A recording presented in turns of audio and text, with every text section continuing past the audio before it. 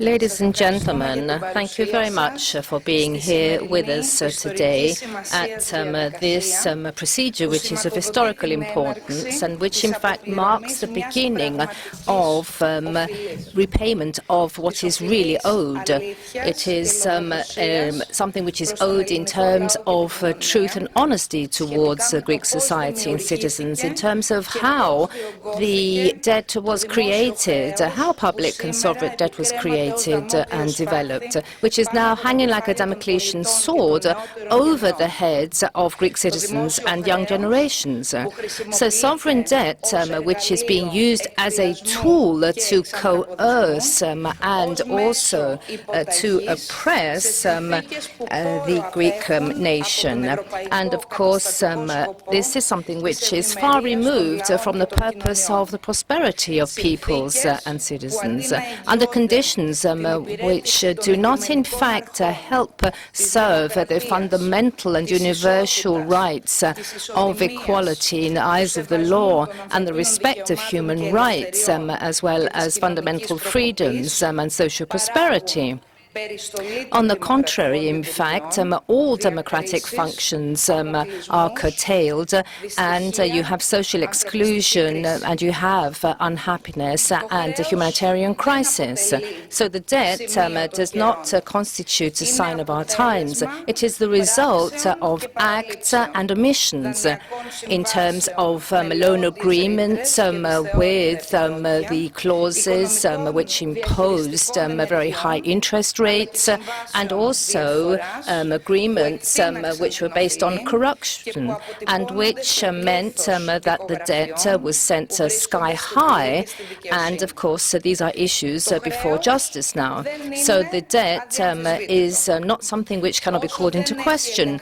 And since there has been no audit and codification, since there is no analysis in terms of an audit being carried out, the question still remains: what is the percentage? What is the actual part of that debt which is in fact legitimate, and what in fact is illegitimate, illegal, and onerous and odious. So this is something which is very important in terms of a collective conscience now, and which has now become a social demand, which reflects the social right of those being called upon to pay the price, to really know how this debt ensued and what does it actually involve, but also for one to be able to defend oneself in the light of having to repay this debt and also to demand it being written off.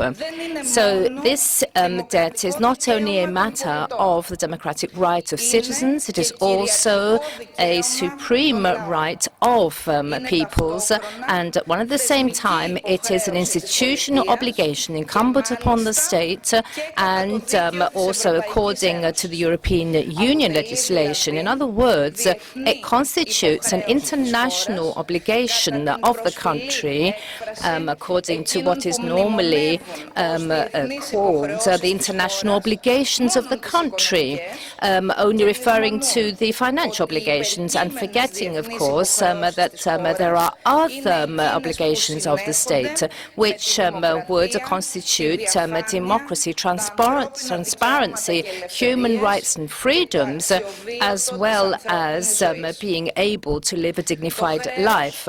So the debt cannot be summarized simply in terms of profit and loss. It is a matter of human lives and of the thousands of human lives which have been lost in order to repay the debt, and also the millions of human lives which are in despair now. So I would like to remind you of 5 people from different generations. The small girl of an immigrant woman in the primary school, December 2013, basically was suffocated due to the fumes of the fire in the room. And the 19-year-old young boy who in the summer of 2003 lost his life in trying to avoid a ticket control on the bus. And then the two young people, aged 20 and 21 respectively, students in Larissa, who in March 2003 died from the fumes from a charcoal fire. And finally, Dimitris Christoulas, a pensioner, who 3 years ago precisely put an end to his life in front of the unknown soldier monument, in other words, in front of the House of Parliament, because he did not want to live an undignified life in trying to find food in the rubbish tips.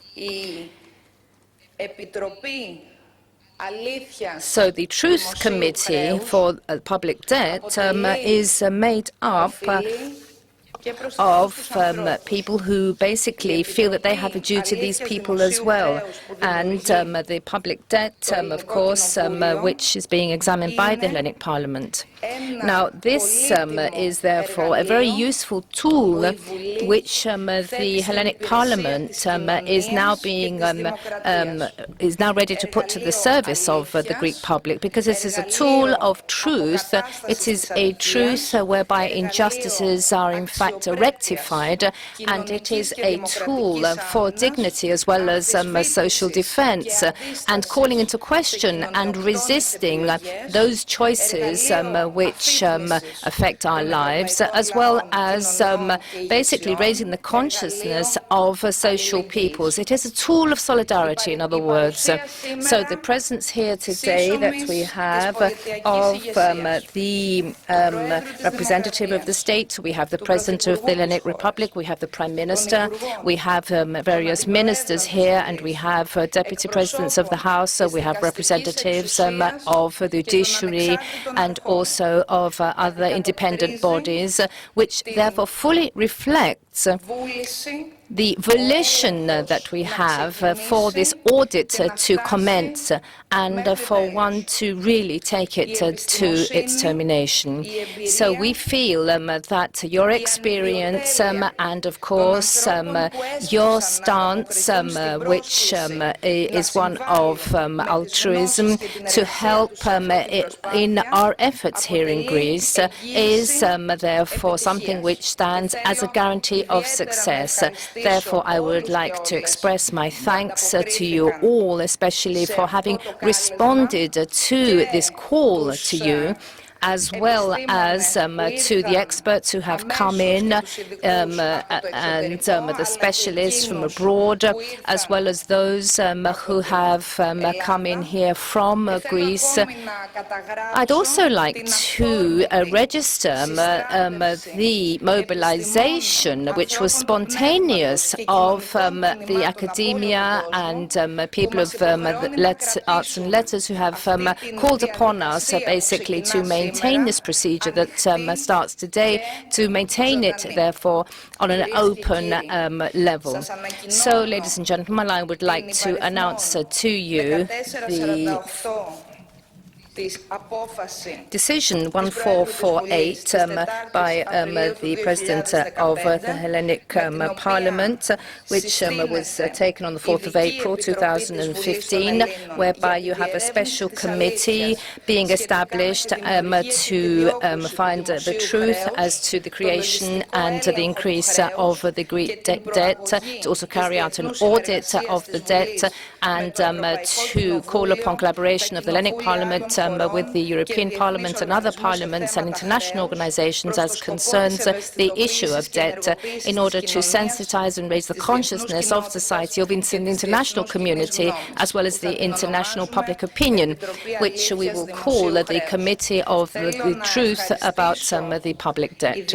Now, I would also like to thank Sofia Sakorava, especially because she has said that she will be responsible for the relations of this committee committee with the European Parliament and with national parliaments. I'd also like to thank Eric Toussaint especially, because he has responded immediately in order to coordinate the scientific work being done by this international group. I'd also like to thank the services of the Parliament here, especially to thank the service which deals with this and will in fact be feeding into the needs of the committee by forming working groups for this purpose.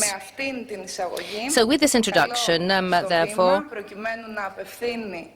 I would like to call upon you in order to just welcome this inaugural meeting of the committee, the President of the Hellenic Republic, Pavlopoulos.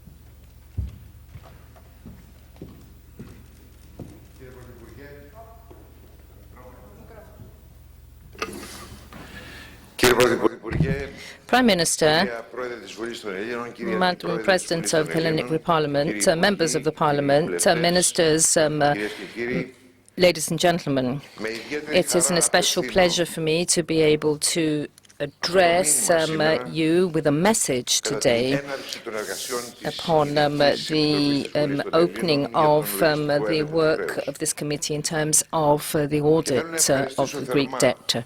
I would like to extend a special thanks to all of the specialists, especially to those who have come from beyond Greece in order to contribute to this national effort, which, as the President of the Parliament said, is a debt incumbent upon us vis-à-vis our country and also vis-à-vis forthcoming generations. Now, this is an obligation incumbent upon us in terms of the future of this country. And I'll explain why. The work now being done in this committee is an obligation which we had, and it is in fact a right that Greece had, without, of course, impinging upon the obligations that we have as a member of the European Union and of the Eurozone. So, ladies and gentlemen, it is known full well that the European Union, and we have proven this in Greece, that the European Union, therefore, has not yet acquired a full state entity. It is not a full state entity. I mean, part of the Euro constitutional efforts were in that direction, but they did not come to fruition. So we have something which is ongoing, but it does not have the actual status of a state, nor a constitution, which would mean that the member states of the European Union would be member states of an entity which perhaps even has a federal form. And this has the following consequences. Of course, the participation of member states in the Union and the Eurozone, of course, will have their sovereignty curtailed. But these restrictions derive directly from the primary European law and, of course, the derivative, if that is in accordance with the primary European law. Now, any restrictions do not derive from this law do not exist, and the sovereignty of each member state is fully exercised to the measure that, of course, is afforded it. So Greece, as a member state of the European Union and of the Eurozone, as all the other members, of course, does have the obligations which derive from the regulations or rules of the European Union, but also has those obligations in terms of achieving the fiscal objectives that we've undertaken and, of course, other obligations as part of the Eurozone. But it does also have rights which ensue from the sovereignty which has not, in fact, been handed over to other parties. And this also entails a possibility for it to be able to control the conditions and the prerequisites under which the debt was created in order to not only reveal the truth, but also for this to not happen again in the future, as has happened in the past, and, of course, the consequences of which we are facing today with considerable repercussions for our nation. So this is a position not only pertaining to Greece, but also to all the European Union countries and Eurozone countries. This is a position which is is in defense of the European Union and Eurozone rules, and it is not a position which is being presented to you simply on this occasion. I'd like to remind you, because, of course, we must know exactly what is happening in other countries, and what other countries, in fact, do demand is also for Greece to demand as well in terms of solidarity between the countries. So perhaps I can very briefly, in order not to test your patience, just talk about the legal order in Germany as expressed in a recent decision which was taken by the Constitutional Court, the Bundesverfassungsgericht in Germany, a decision based upon which this court in Germany on the 7th of February 2014 did in fact send a request for a preliminary ruling to the European Court of Justice in terms of whether you have compatibility with the European Charter and as concerns the OMT programs and the ECB. Now, this is the first time that the Constitutional Court of Germany did call for a preliminary ruling from the ECJ. And based on the programs which were declared in December 2012 by Mr. Draghi, where this was really at the peak of the crisis in terms of the debt at that time within the Eurozone. And these are the programs outright monetary transactions, OMT, which would enable the ECB, based on the conditions of the Stability Fund, for the ECB to buy up sovereign bonds on the secondary market. Now, the Constitutional Court of Germany calls into question as to what extent this apparently simple decision of the ECB is in line with the EU treaties and the statutes of the ECB. So this was a reference to the European Court of Justice. And of course, the ultimate thinking on this in the court is that irrespective of the answer of the Luxembourg court, which of course has not been published, I'd like to say, irrespective, therefore, of that decision, it considers that the court, based on the German constitution, does have a margin for maneuver to decide which is the hard core of sovereignty which has to be preserved in Germany. It considers, therefore, that an element of sovereignty which has not yet been handed over would be the control to be exercised linked in to the monetary and sovereignty of each state, because we do not yet have full unification of Europe today, and it is therefore not a state entity. neither in the federal sense or in another sense. That's why the German court, which reflects the German legal order, and I don't think it only holds true for Germany, but of course on the basis of solidarity and equivalence in the eyes of the law, that it is, of course, a fundamental right of Germany and thereby a fundamental right of Greece. So it's within this framework, therefore, that this committee will carry out its functions.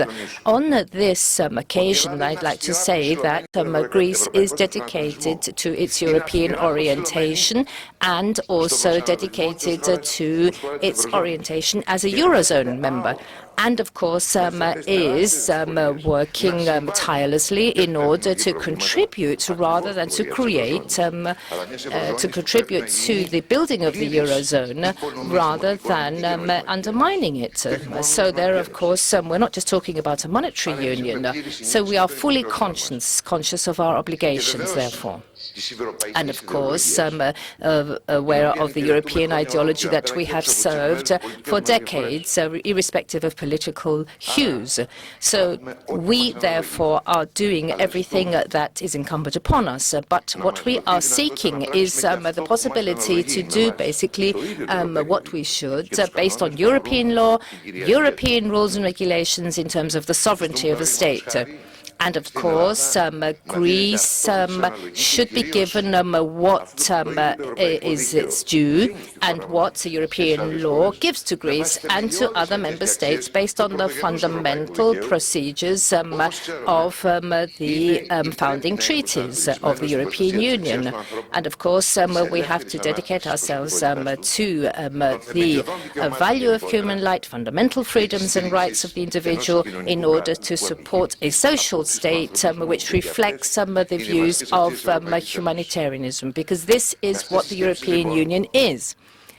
With these few thoughts, of course, and with the conviction that the work of this committee will be contributing not only to seeing what has happened in terms of the sovereign Greek debt, but also to be able to conclude, to be able to draw conclusions as to what has happened, in order not to have this onerous debt upon future generations. And, of course, once again, I'd like to congratulate you upon the initiative. Thank you, all of you who will be working in this committee, especially those who, as I said at the beginning, have come from abroad and are offering us their knowledge and expertise. And this shows that efforts in the European Union are really a single effort. Thank you once again.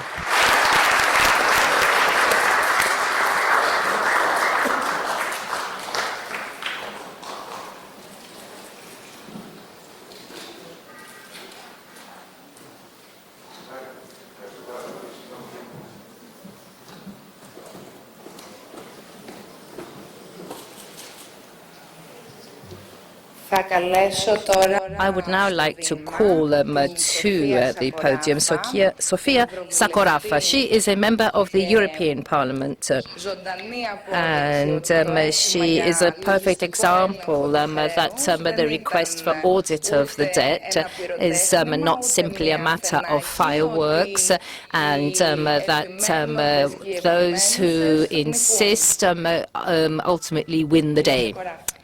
Mrs. Sakorafa.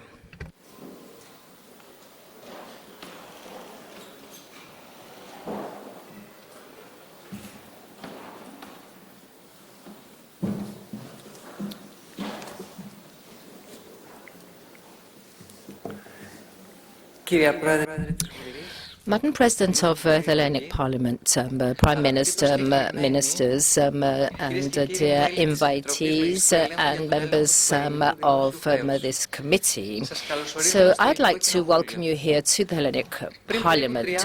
About 3.5 years ago, on the square of Constitution Square here, which is an historical square, for about 3 months, thousands of people were demanding that basically we we rid ourselves of the memorandum. And of course, they were asking for something which is more substantial, which is to have a committee for audit to be established to reveal the truth ultimately as to our sovereign debt. And the answer of all Greek governments to this demand was repression and to continue with the destructive memoranda attack. And this was simply covering up the truth. But this new government now, which is a left-wing government basically, has responded to this popular demand in the only way that we can, which is to reveal the truth. So we are answering the demand from our people to learn the truth, to examine the actions, expediencies, political choices, omissions, and any agreements to the detriment of this nation.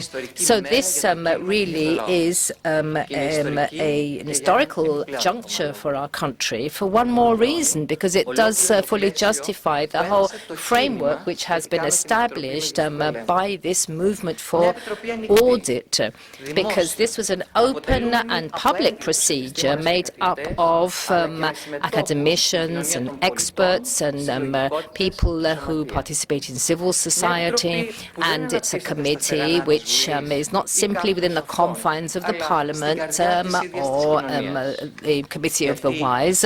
It involves society at large, because this is what is important, society, and participation is what does ensure in-depth control, as well as supporting the conclusions and the proposals which will come out of this committee. So this audit committee is not simply for auditing and control purposes. It is a social control platform, first and foremost, to defend the truth.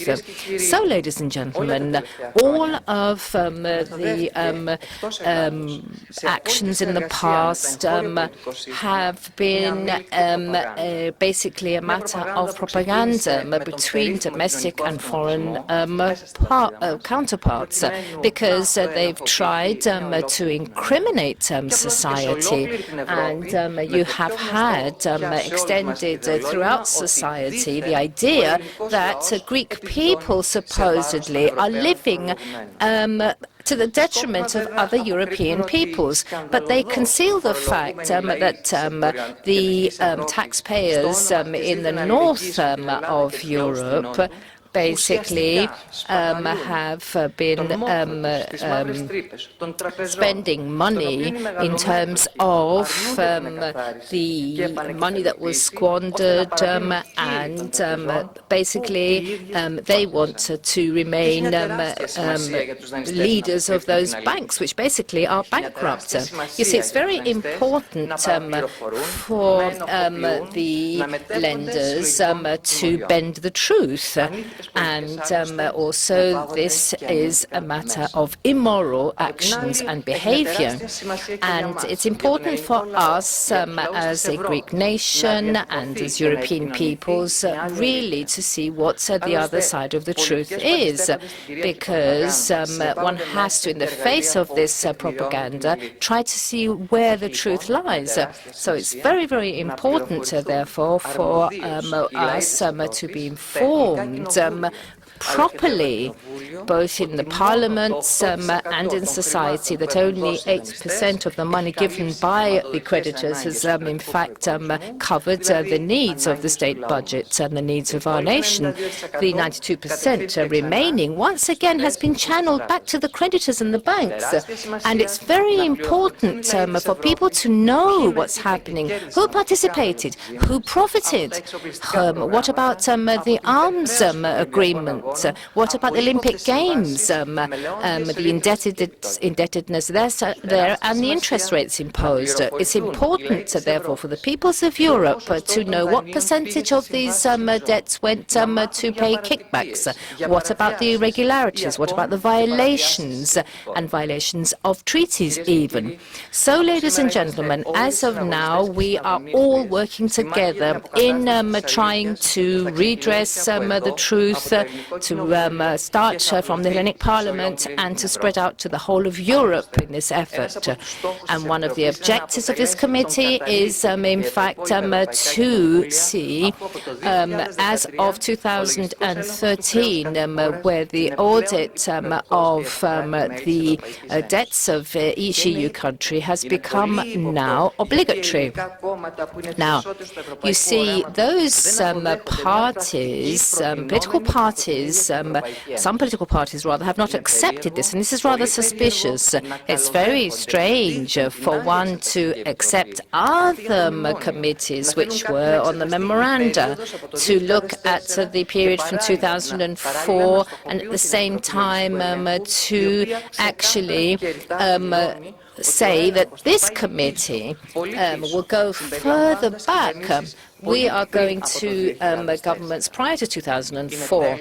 So I do think that one has targeted certain individuals who have basically spearheaded this effort for this committee. So it's within this framework that I do like to congratulate the President of the Hellenic Parliament, because she has decisively proceeded to fulfill this electoral promise, and also this sovereign demand for there to be a real tool for social responsibility, for audit, and for the truth to come out.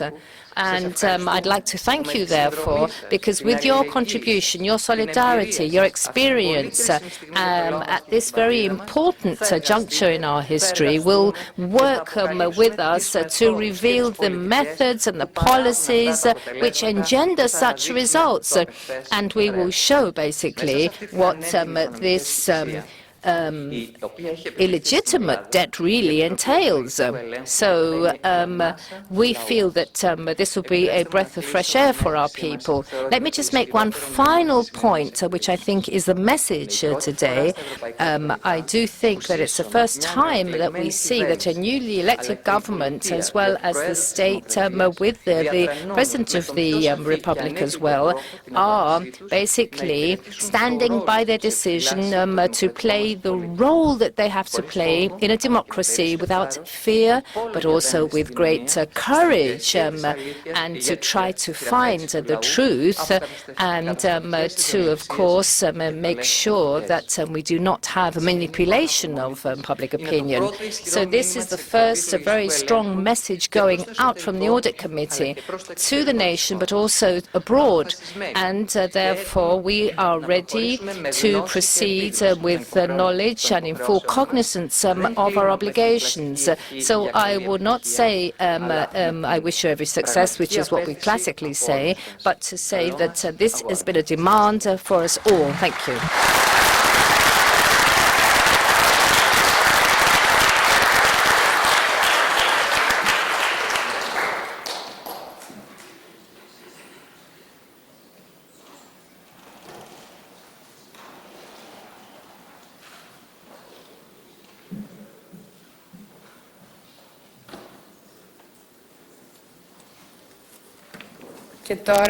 And now it is a pleasure for me to invite Eric Toussaint, who is a specialist on issues of odious and onerous debt. And of course, he is from the University of Liège. Now, Eric was so kind and also was spontaneous in his zeal to help us in this particular initiative.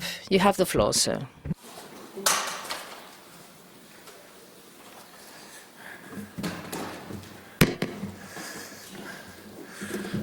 Good afternoon.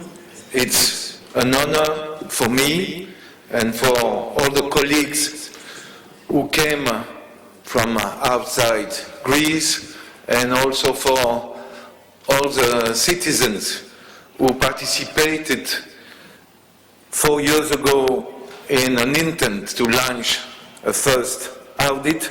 It's an honor to be invited in this venue, to be invited by the President of the Parliament, and with the participation and the presence of the President of the Republic, the Prime Minister, the ministers, all of you participating in this important event. I have to take mine.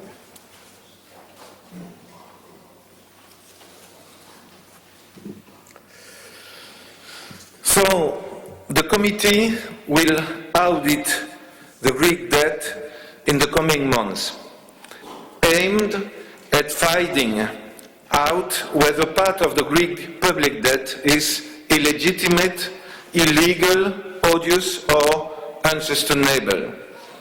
Without claiming to be exhaustive, one can propose the following definition. Illegitimate public debt is a debt that was contracted by a government without considering the public interest, a debt contracted in favor of a privileged minority. Illegal debt, a debt contracted in violation of the current legal and constitutional system. An odious debt, granted on conditions that violate fundamental human rights, the social, economic, cultural, civic, and political rights of the people.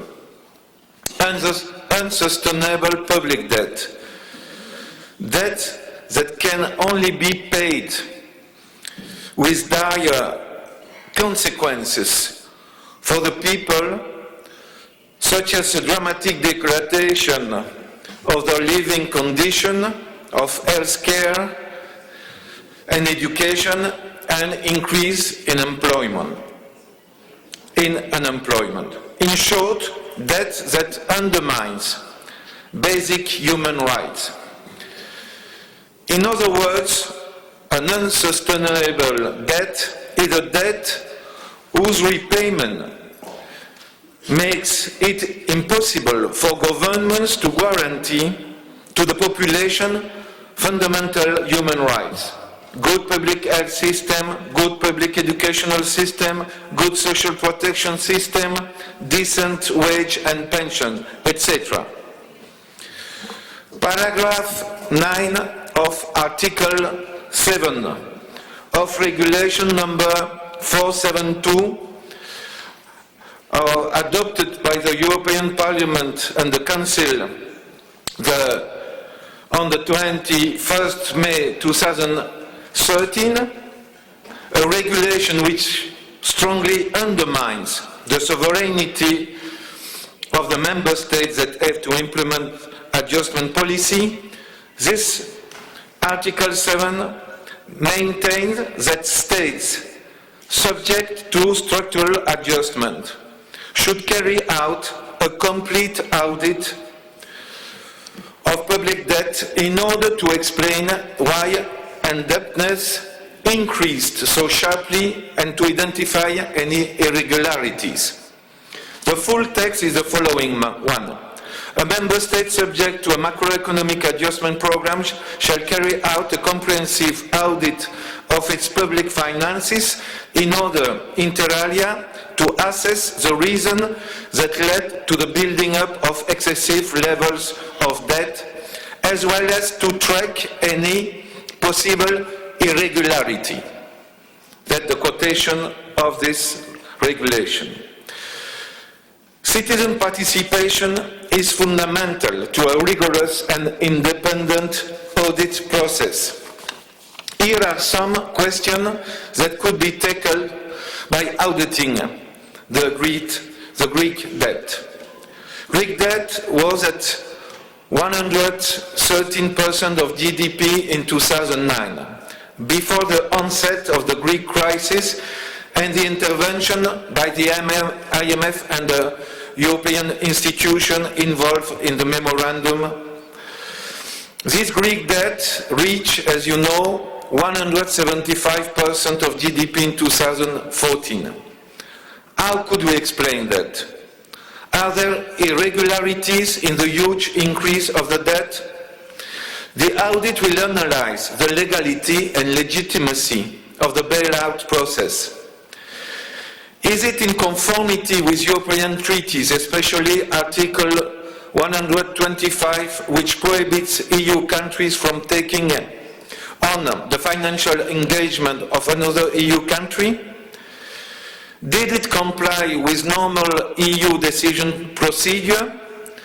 Did the public lenders in 2010, the 14 EU countries that granted Greece 53 billion of loans, 53 billion euros of loans, but also the IMF, the ECB and the European Commission, did the public lenders in 2010 respect the full consent of the borrower, Greece?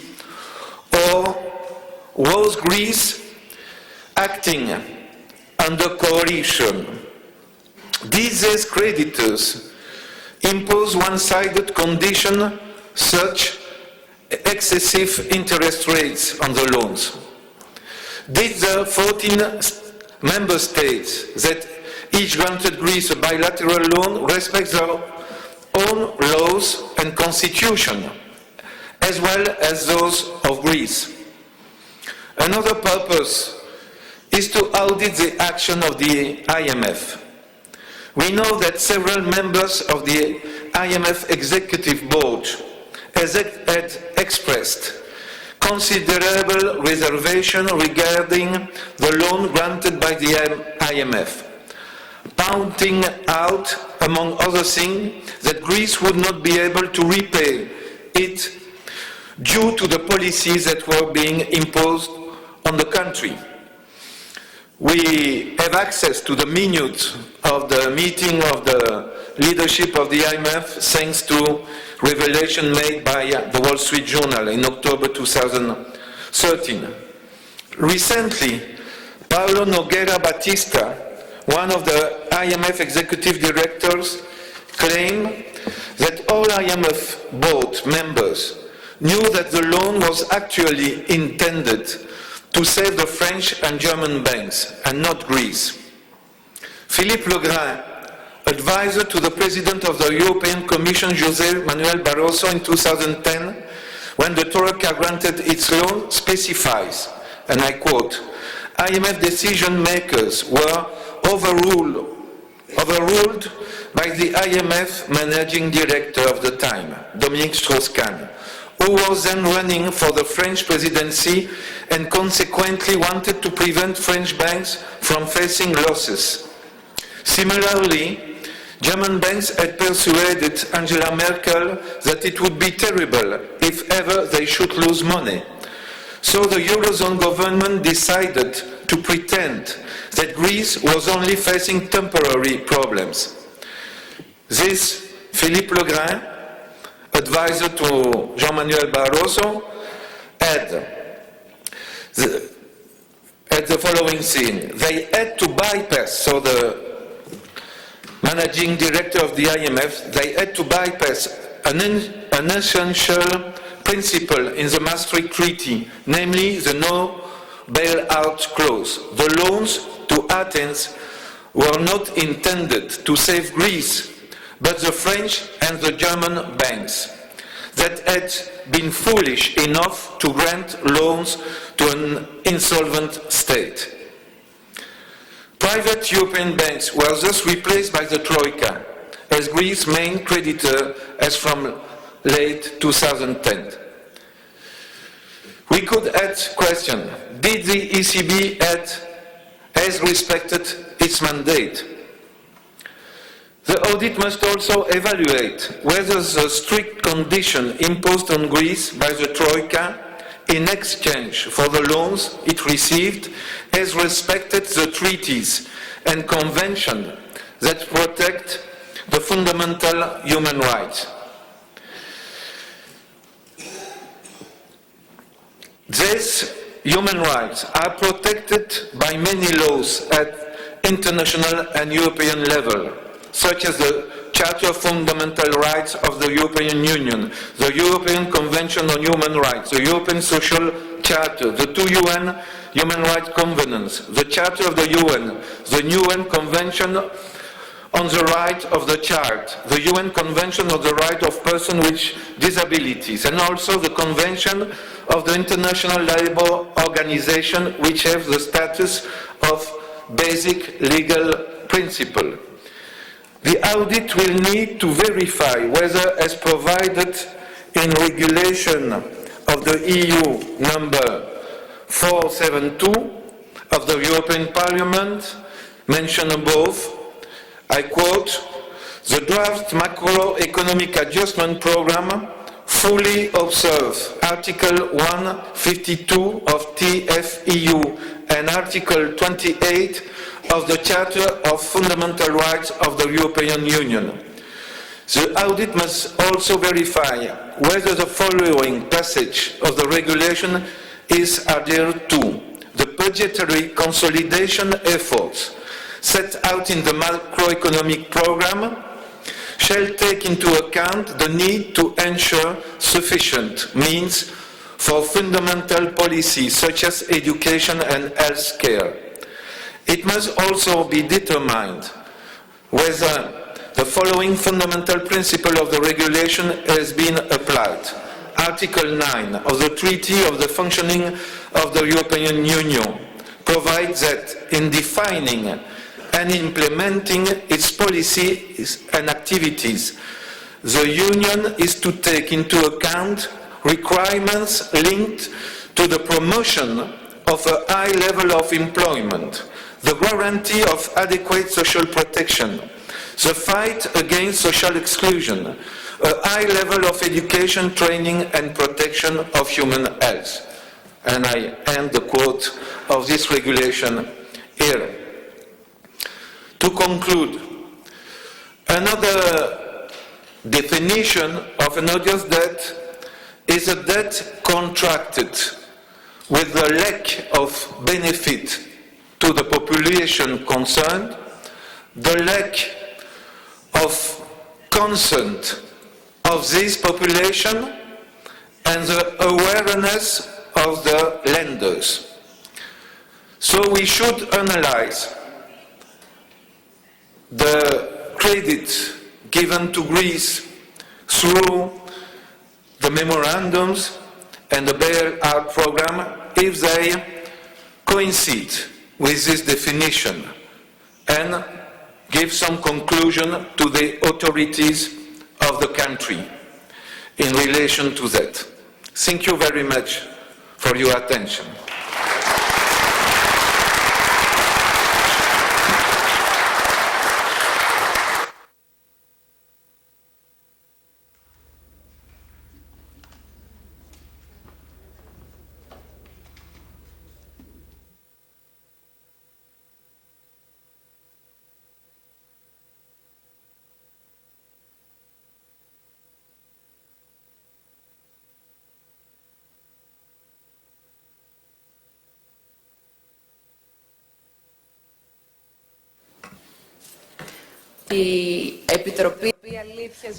So, the Committee for Truth as concerns the sovereign debt is an initiative here, which of course has been taken in Parliament, which is the supreme expression of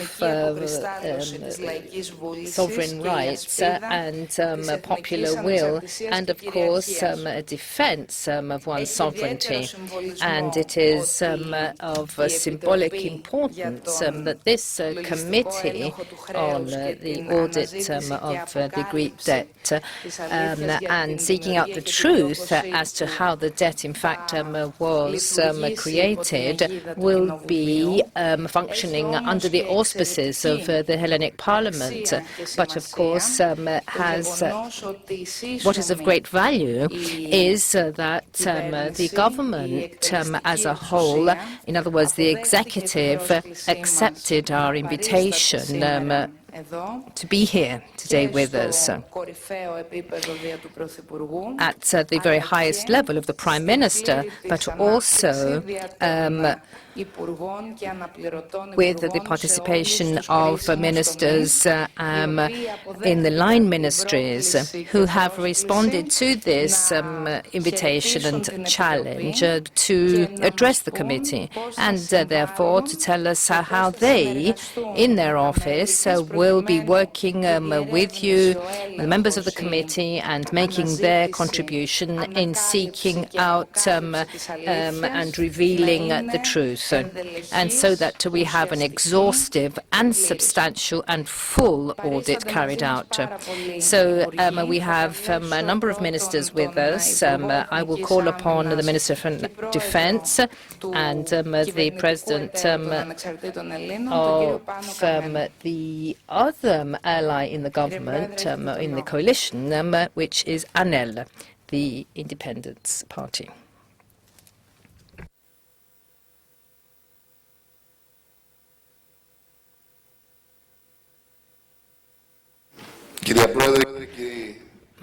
Madam Speaker, and dear colleagues, and eminent invitees and guests here from abroad, today is a very important day for the democracy of this country. Today is an important day for the national sovereignty of this country, which has been at stake because it has been part of a dialogue over the past 5 years.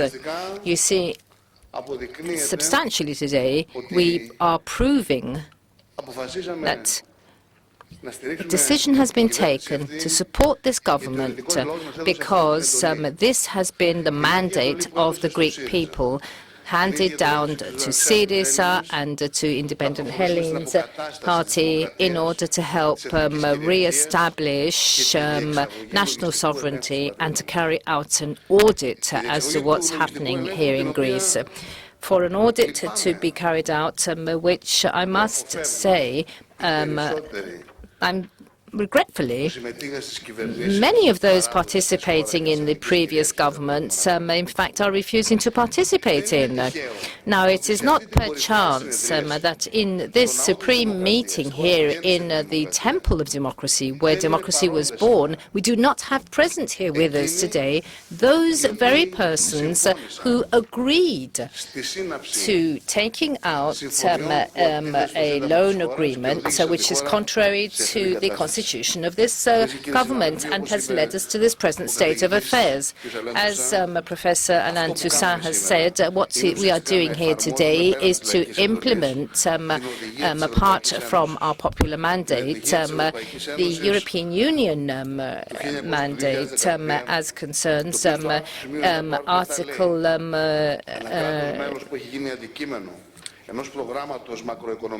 7, paragraph 9, where you have a full sovereign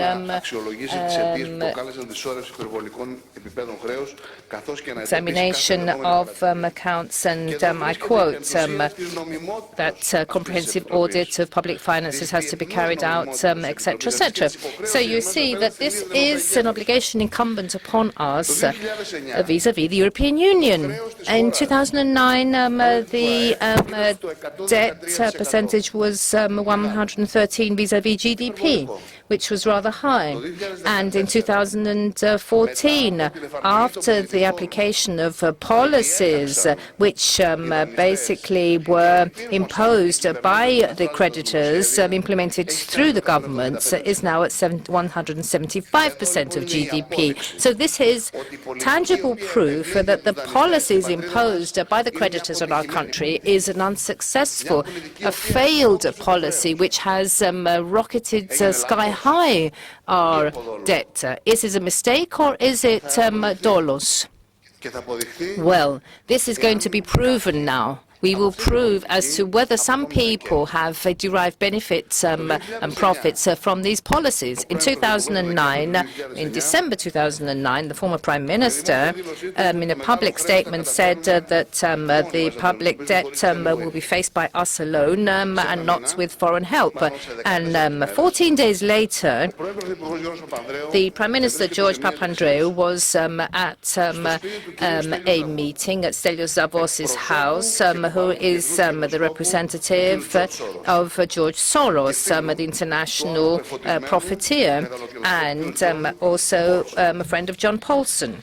So this, he was also a speculator, and I think this shows that Greece starts sliding down the slippery road of destruction, as well as of the European Union. A few days later, in the Wall Street Journal, you have published that the same person organized a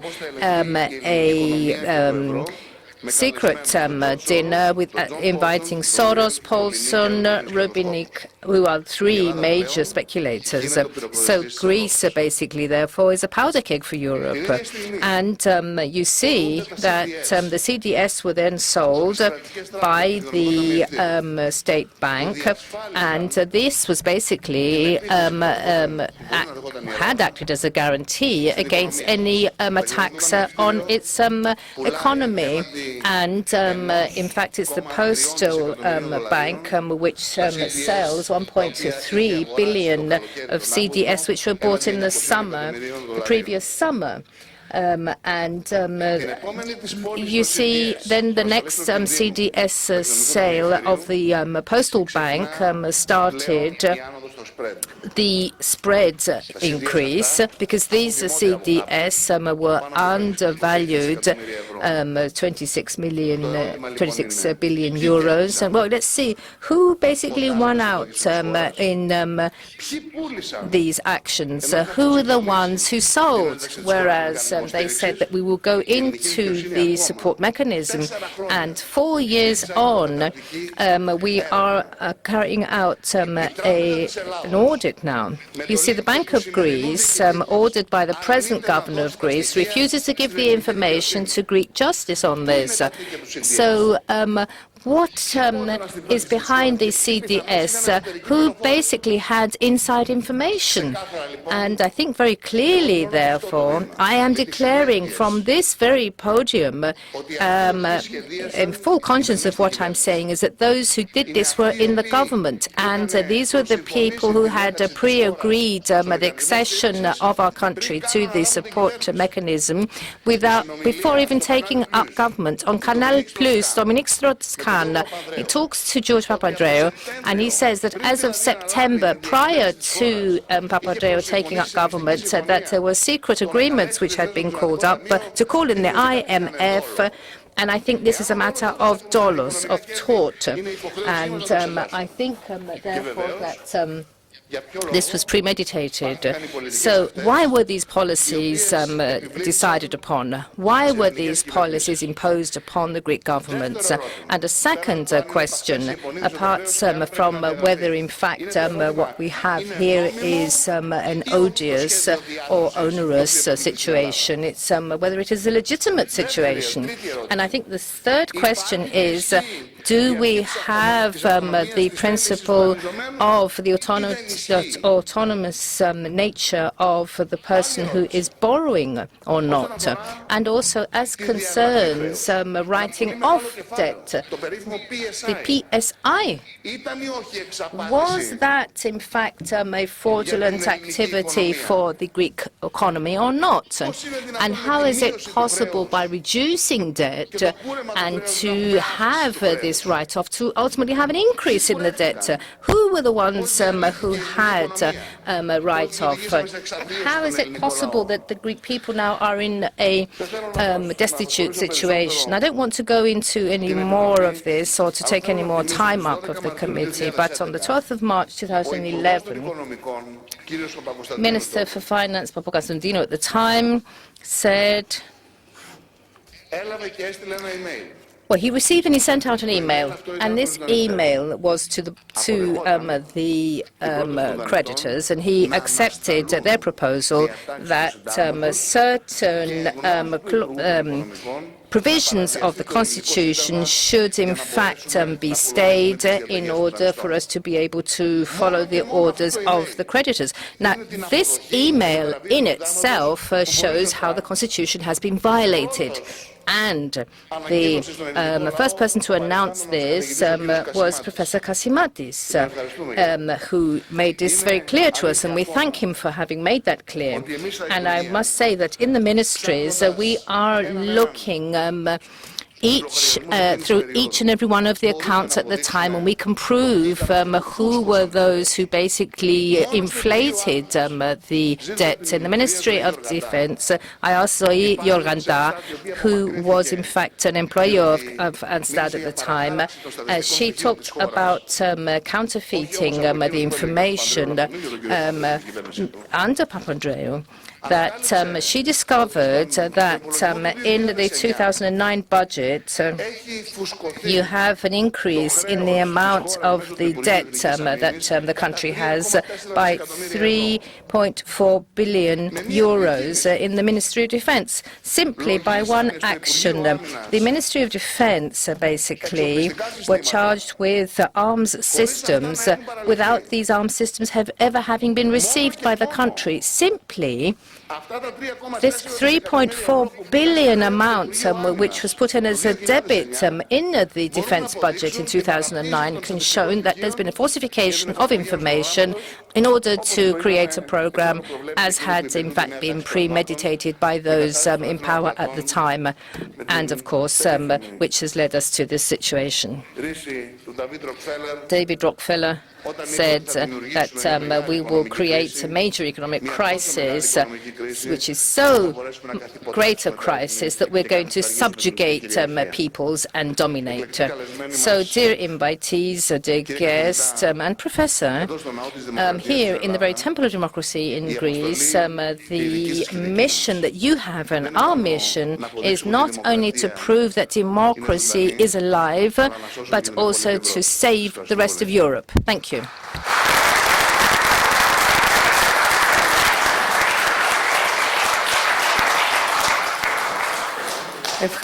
Thank you very much to the Minister of Defense and the President of the Independent Hellenes, Mr. Gamenos. I repeat your commitment, Minister, which you told me when I visited you in the Ministry of Defense at your invitation, saying that the Ministry will make available to the Parliament all of the arms deals and agreements from which it ensures that there has been corruption and untoward actions taken, because that would be very useful for our searches here. I would now like to call to the floor, changing perhaps a little bit the hierarchy of ministries, so to speak, the Deputy Minister for Administrative Reform, Mr. Yorgos Katroungalos, because, of course, I have reshuffled the speakers a little bit, because he is one of the people who spearheaded this demand that we have an audit of the national debt and we have the truth revealed. I'd like to call you to the floor, sir.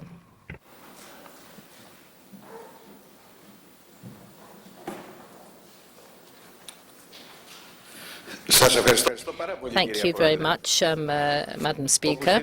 Now, it has already been said that this is an historic moment for the democracy of Greece, not only because a committee has been formed which will shed light upon something which is a very dark page of our recent history, but chiefly because of its orientation, the orientation that through the Speaker of the House, the Parliament has decided to give this committee, because it's not simply a committee to investigate an economic affair, it is a truth committee.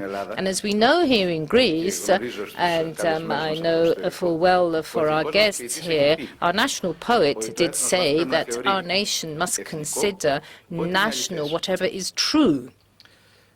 It is not simply a figure of words, although the debt, of course, does have an economic dimension. The basic significance is a political one, and we know from the Third World debt that when you have debt, it has been used as a tool for political domination of those nations by the countries of the First Order. And of course, we know that as of the decade of the 70s, the debt of Third World countries, the nominal debt has been paid 50 times over, but it is still owed 100 times the nominal amount, the principal. So the Greek case here is important because this mechanism of political domination until 2010 pertained chiefly to the Third World countries, but was extended to within the European Union. It is not simply a matter of the political dimension of the debt. There's also a social dimension, and President Gamenos quite rightly referred to Professor Gassimatis' contribution in highlighting the significance of the agreements on the debt in terms of undermining national sovereignty of this country. And at two levels. It is of legal interest. You see, we know full well from discussions held in the United Nations International Law Committee that the Sokobel decision of the International Court, which pertained to a former debt of Greece, that there is a general principle in terms of international law, according to which the states, in the case where they cannot simultaneously service the requirements of their creditors and the basic social functions, they have to give priority to the social aspect. They have to first serve the needs of society for public order, health, education. For there to be the social missions of the state exercised first and foremost, and not to repay debt. Now, this basically at the international law level is a synopsis of what the President of the Hellenic Republic said as constitutional law. In other words, being able to have fiscal domination of a country. That people are saying that we are saying that social needs should be first served, and all other requirements then are served. And we know from Roman law, suprema lex is the salvation of the people, salvus populi and salvus rei publici. So, recently, thanks to the work of theoreticians of law and of experts, as well as Mr. Cephas Lumina, Professor Cephas Lumina, member of the committee present with us here today, thanks to his report, we have another legal and political dimension, which links the public debt into human rights. And in accordance with the analytical report drawn up by Professor Cephas Lumina within the realms of the United Nations, the countries that extend loans should take as said that international law will be applied, chiefly the law of fundamental rights. So apart from this more general position, Cephas Lumina also wrote up a number of transgressions, violations of human rights, as they ensue from United Nations conventions, as well as European conventions in terms of violation of human rights. And it is, I think, it can be explained politically, although it is unacceptable, that Zefas Lumina's report, when it came before the Committee of Rights of the United Nations, was voted on the basis of a majority, but our representative, the representative of Greece, did not vote in favour of this report, precisely because something of this nature, I think, would have been considered to be, in fact, a denial of the memoranda agreements. Other decisions were made by international fora afterwards, which talked about the protection of rights and which revealed just how contrary to European polity the decisions taken in our country were. And I say by way of indication, the decisions of the Social Rights Committee, which is responsible for supervising the European Social Charter being implemented in the Council of Europe. And these decisions showed that in implementation of memoranda policies, Greece was violating the obligations incumbent upon it from the European Social Charter. And as the President, the Speaker of the House has quite rightly said, as well as Sofia Sakorafa, she said that the demand to have a full audit of public debt started as an initiative of civil society, came from society, from the grassroots up, in other words. And I see people here in this room, apart from the Syriza party members, people who participate in government and parliament at the moment, and which supported this effort.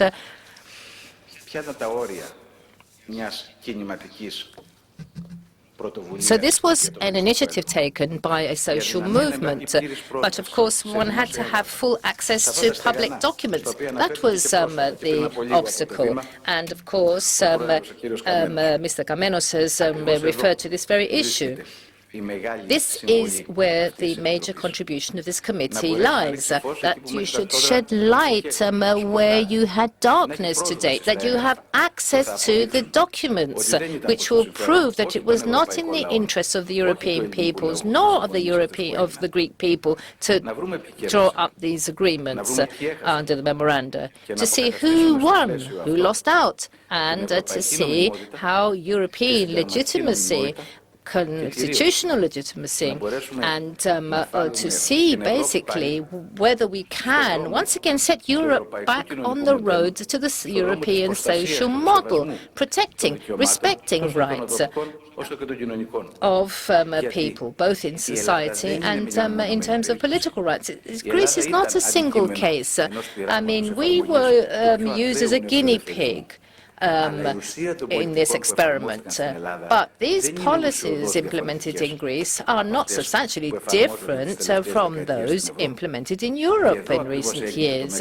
And this is where the stakes really lie, that Greece will become a mirror reflection of Europe in the future.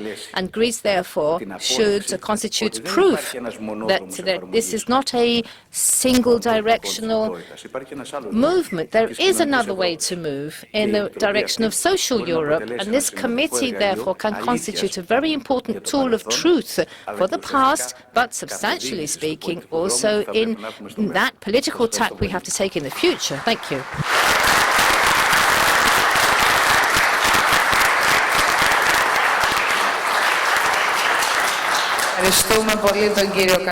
Thank you very much, Professor Kadrougalos. And I see many ministers in the room, and of course I know that you have served in the past on such bodies, so we're going to ask you to have a coordinating role along with the government so that the collaboration can be as successful as possible. I will now call upon the Minister for State, Panagiotis Nikoloudis.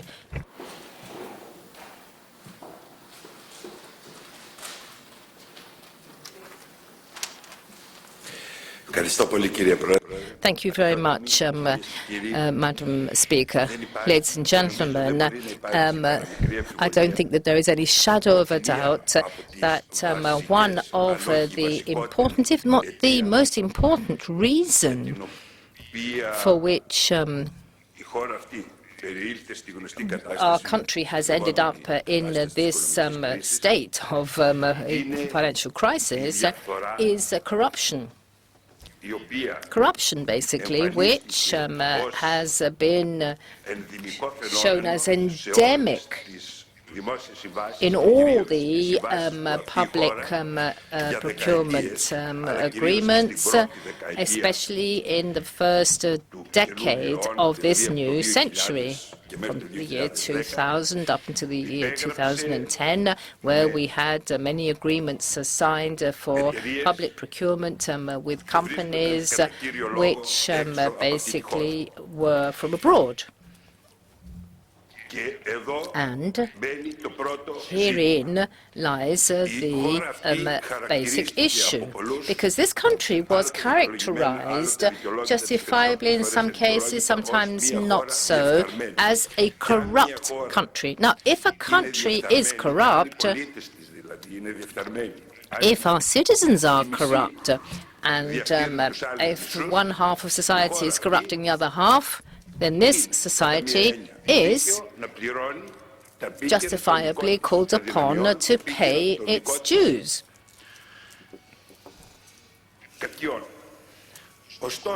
However, herein lies the point of departure for one calling into question certain elements, and to see how you are going to explain what corruption is. It's like tango. It takes two to tango. So you cannot have a person receiving money unless there is somebody there willing to offer that illegal money. And this is a basic element. We have to really make that absolutely clear. Otherwise, we're going to draw false conclusions. So, I will make a mention by way of indication, and of course, with all discretion, as is due in this circumstance, to certain agreements, not on a theoretical basis, but where agreements have been revoked because of real proof. I will be discreet, and I will not make mention of any names, either of natural or legal entities or companies involved in such agreements. However, I do repeat that these examples are true and real, and what I'm saying is absolutely correct. Now, as concerns the purchase for arms systems signed by the Ministry of Defense in this country, we have it fully confirmed now in many cases, and we're not just talking about indications, we're talking about an indicator, in the sense that the actual commission, which was being paid out at the same time to Greek officials, in order for illegally them to help draw up these agreements, on average was 4%. That was the commission paid. That is the kickback.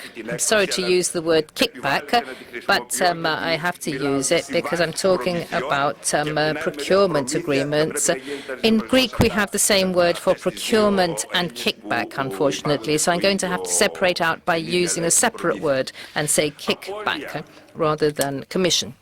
So this meant that we had billions of debt for the public sector, and as concerns most of these agreements, the majority of the agreements, those who were selling the arms were from abroad. They were not in this country. They were companies from abroad who were supplying the arms to the country. They, therefore, were the persons who were paying these kickbacks to people in this country. Second example.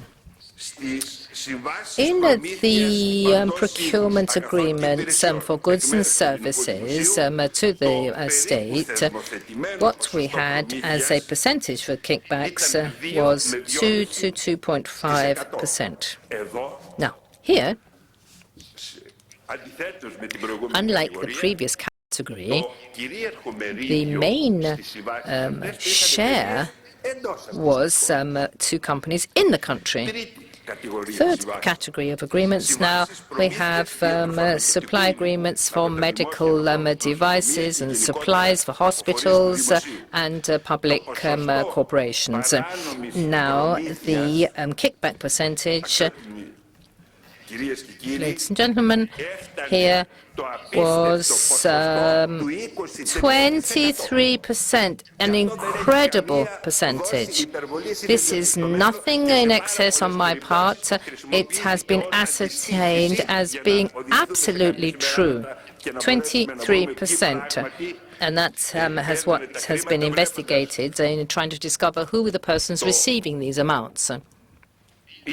Because we've looked at what was being purchased and the amount was being paid illegally into their accounts. Now, this percentage, which is unbelievably high, is not the only element which characterized these particular agreements. We have a process here whereby actually pinpointing and finding those people who had to be approached for this whole operation to happen, the whole procedure of complex procedure in terms of the route the monies were to take and the way ultimately in which the money was paid was really almost scientific. It was state-of-the-art and designed in such a fashion so as for it to be very difficult for one to understand how this was happening and for these people to be found. The third category, which is the greater percentage of those persons actually selling this hospital supplies, were outside of the country. And I know that you will be exasperated by hearing all of these figures and the amount of kickbacks that were paid as a percentage.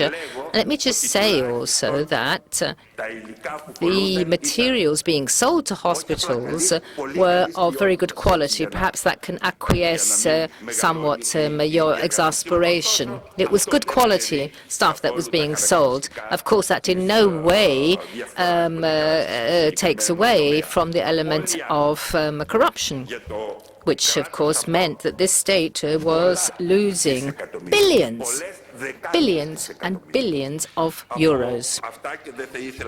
That's all I wanted to say at this point. But I do think that what ensues now as a final consequence is that economic repercussions from the above illegal activities in a double sense. And I mean here that we're talking about not only persons and entities in Greece but also outside of Greece, must ultimately really mean that not only those who were paying the illegal funds should be punished, but also those, the actual original source of this money. And I think that this has to be an action of justice. That has to be the direction we're moving in. So I very much welcome the initiatives of this committee. And of course, I would like to also exalt the moral value that we see here in all the efforts undertaken. And of course, as concerns the position that I hold as a Minister of State for combating corruption, I therefore would like to join the ranks of your committee and help you. Thank you.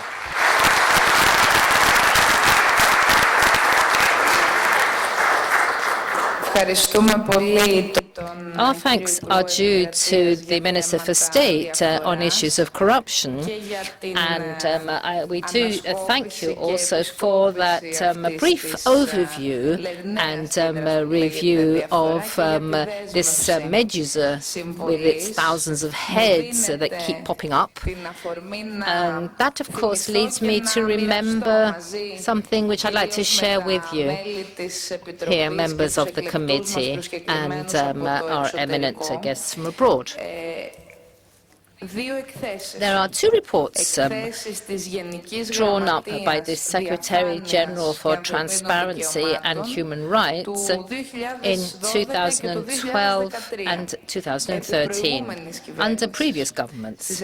Now, in these reports, we have noted that the average loss to the state from corruption is 12 billion euros in total. So, the conclusion in the report, which is of especial importance due to the point in time it was drawn up, the conclusion drawn, therefore, is that if corruption had been stamped out, we would not have basically gone into bankruptcy. So, once again, changing the order of speakers, but trying to have a continuum in our discussion, I call upon the Minister of Justice, Nikos Paraskevopoulos.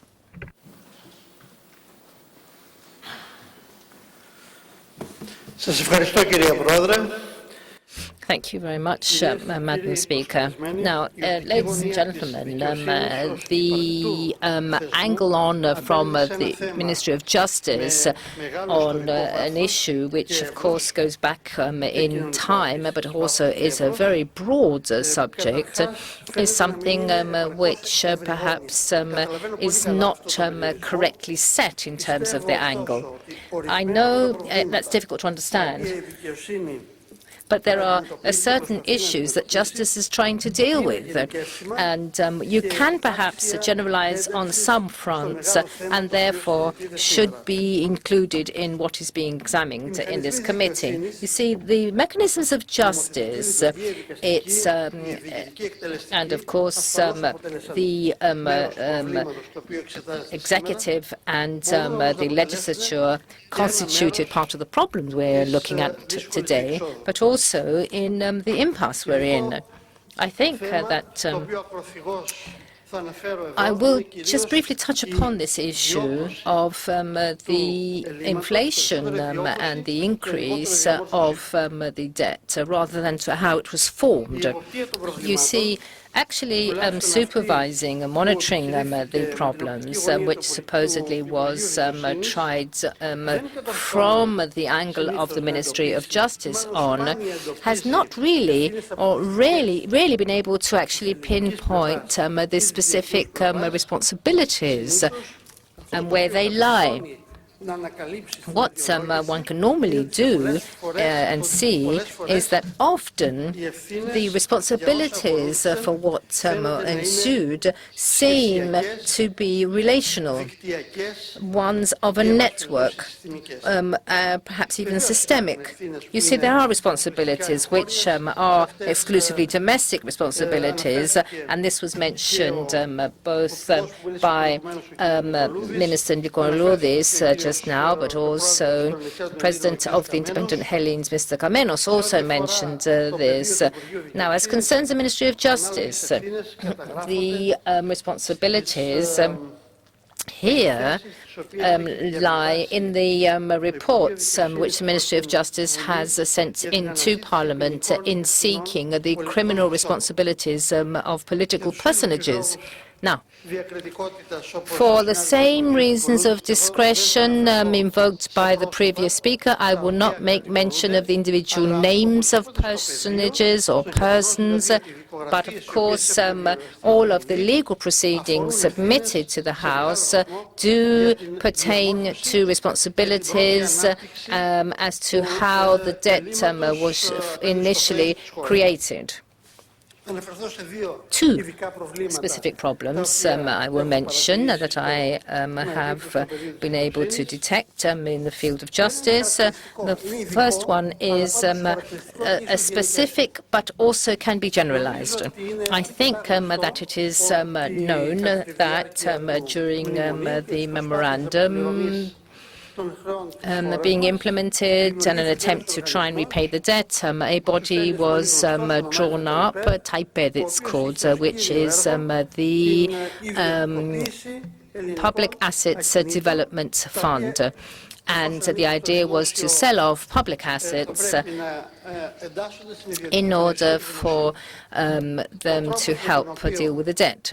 Now, the way in which this organization, the HRDF, actually functioned on the basis of Greek initiatives and international tolerance shown that there has been absolutely no benefit in terms of repaying the debt. And I do refer to the fact that what was auctioned off in this body were buildings which served a public purpose and therefore national sovereignty, and therefore the possibility of repaying the debt, which has a fiscal impact. But also I refer to the fact that these public buildings were auctioned on the basis of agreements which talk about 20-year leasing back to the public sector again. But the actual price which was paid is paid off through the rents which the state has to then pay for these buildings over 10 years. Now, I'm sorry, or rather the rents paid over 10 years by the persons who have supposedly leased these buildings, paid back to the public state. So this, however, is not in line with what should be done on this. So I think that there are many reasons you can find for the way in which these leasing procedures were carried out by the HRADF, which did in no way help with sovereign debt. And these buildings were in fact auctioned off by a committee set up in law, but this committee had some sort of links into the purchasers or the lessors of these buildings. So we're trying to, in fact, repossess these buildings.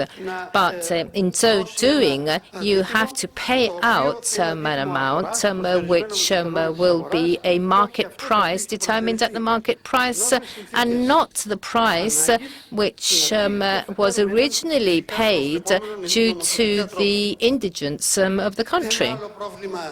Now, another problem which I've also become aware of is the fact that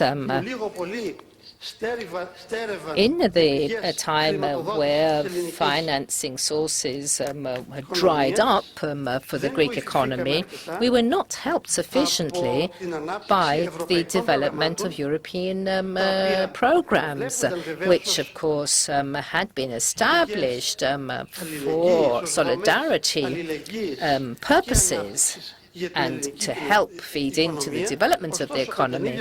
However, at that point in time, things were done in such a fashion so as to not help in any way bring in more funds. And more specifically, the European programs under what we in Greece call ESPA, which is the Strategic Development Framework, basically were developed without any sort of evaluation having been done. for the country and were developed by bodies and by individuals who usually were not civil servants. So it meant that all the information that we have does not enable these programs to be continued with, because these were outside sources, outside employees, and therefore have not been able to feed into the development of the country. Now, I have the impression here that whatever one can observe at the moment as concerns what is happening and which should come under the remit of the judiciary, that there are problems which have as their source domestic bodies, but to a great extent what we really have to look at is the fact at how you can explain this phenomenon and therefore change it. So that's why the committee is so important.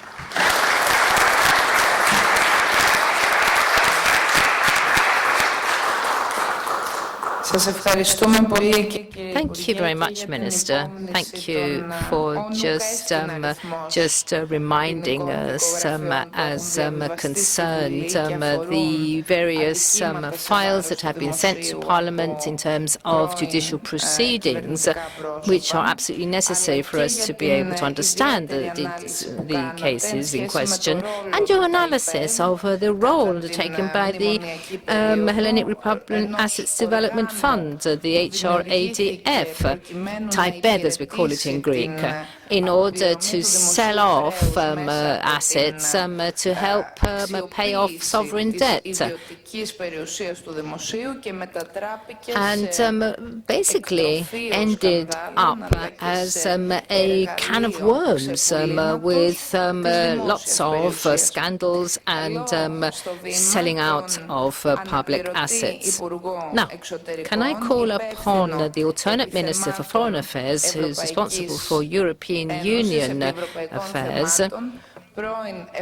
He was a member of the European Parliament for the Syriza Party, and he was responsible for that group which wanted the memoranda to be abolished. Thank you, Madam Speaker, and ladies and gentlemen, I don't wish just to add another voice on behalf of the government here to demonstrate that our government has firmly committed itself to supporting and contributing to the work of the committee. I'm not up here just for that. No. What I wanted to say that due to my remit today as the person responsible for EU affairs, this whole procedure instigated today at the initiative of the Parliament and which has the specific nature it does have, will be of supreme European interest, and hopefully this will help in shaping European law in general. And of course, I do feel, ultimately, that I will also receive answers to questions that I tabled as an MEP during my mandate.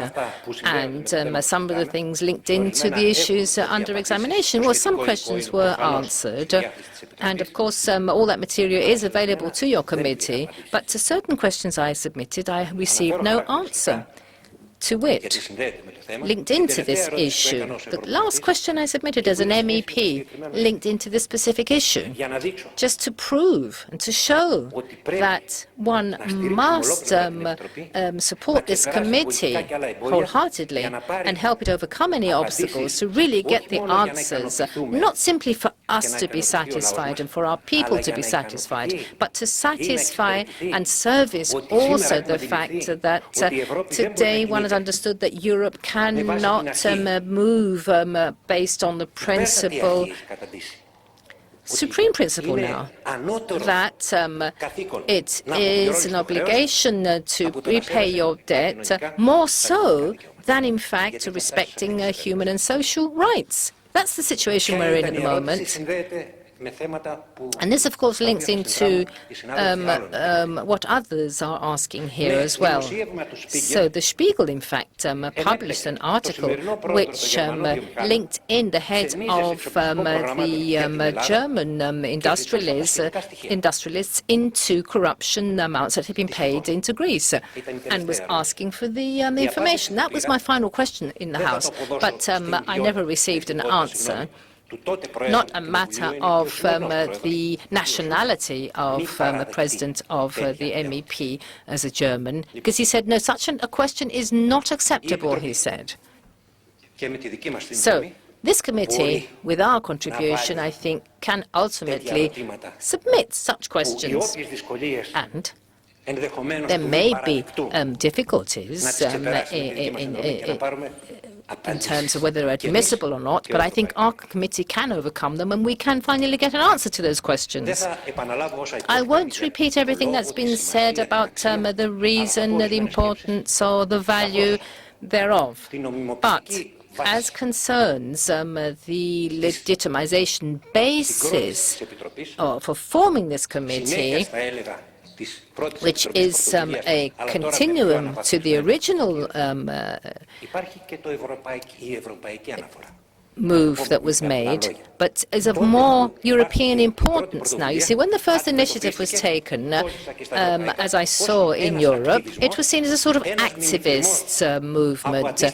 Activism similar to Latin American actions, nothing to do with European law, and certainly not something which you can implement within the European body of law, because there seem to be rules and regulations on this, and people are saying, well, what are you asking for? Well, after Maastricht, after the establishment of the EMU, I want to have economies wherein the debt is up to a certain level, and for the remainder, it's all detailed.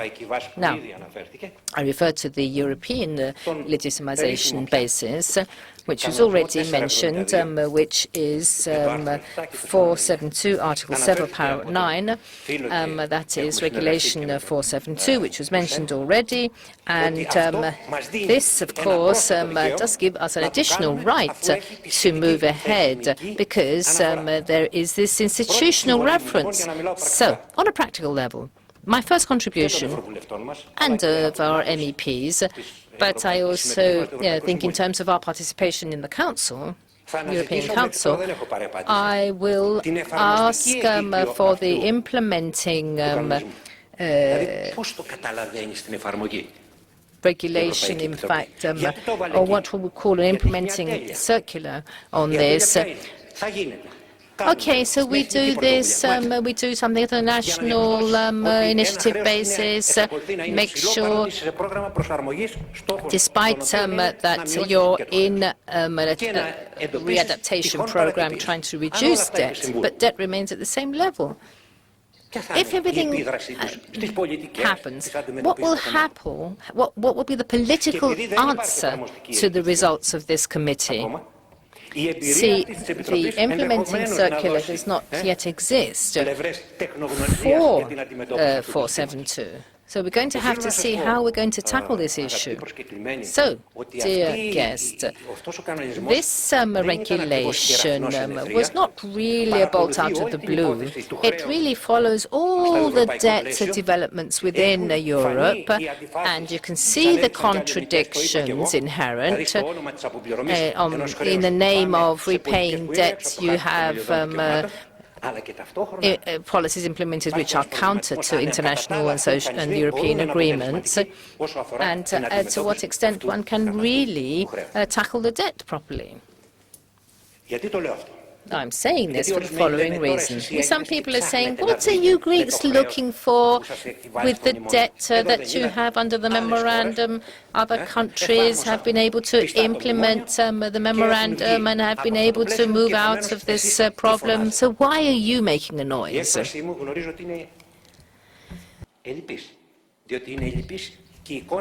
But of course, as concerns those countries who've been able to move out of the memorandum, Ireland, for example, and Portugal. But we have to find where the real truth is. Where is the debt? The debt still is high, 133, 130%. So the question does not, the answer does not really answer the question as to what are you shouting about in Greece and why are you trying to avoid obligations and commitments as concerns the debt. So it may seem that the work of the committee can help and we can all contribute. We're all moving in the same direction, in other words. But I think that if you look in greater depth, I've asked for information. It's not been given to me, but I will continue to request it, in the sense that Ireland tried to carry out such an audit in 2012 or 13, I think. And consequently, such procedures being put into the regulation was an attempt to try and cover things up in terms of the results of such an audit. So my second commitment here, therefore, I will do this through the official channels, is to get the study that was drawn up in Ireland, because there's some interest as to what ultimately came out of that Irish audit. Also, there's the political aspect of the debt. There's the social aspect of repaying the debt. Now, I don't want to remind you of economic policies in the past linked into debt.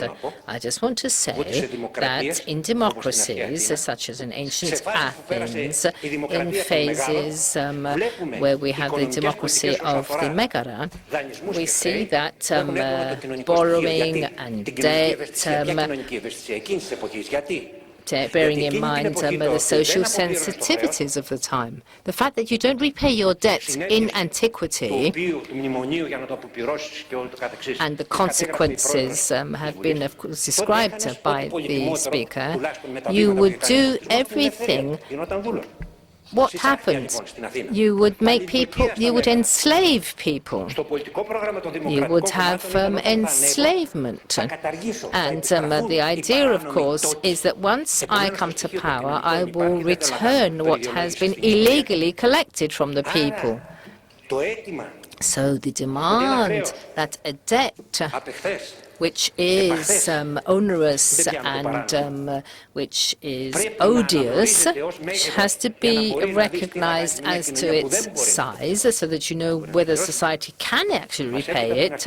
This is something which comes to us from antiquity, through history, and then the committee, of course, will look at this, and therefore you have to take into account the political aspects of the debt. And 472, how do we arrive at this? Based on political criteria observed by the EU in terms of debt. That's how we got to 472. So just to remind you, yes, 60% of the debt, 3% deficit in order to come into the Eurozone. But our country, I'm not saying whether this was good or bad, I'm just saying what was being said. You see, Italy and Belgium did not come into the Eurozone on a 60% basis. It was done by political criteria. So the debt is very high in the Eurozone, above the line set for many years. So the political aspects involved are what? That for political expediency, they have turned a blind eye. The European institutions and partners, and on the basis of over-indebtedness, they knew exactly what the debt was. And of course, we're saying, well, what can we do? They're saying you consume too much and started over-consuming. But is that correct?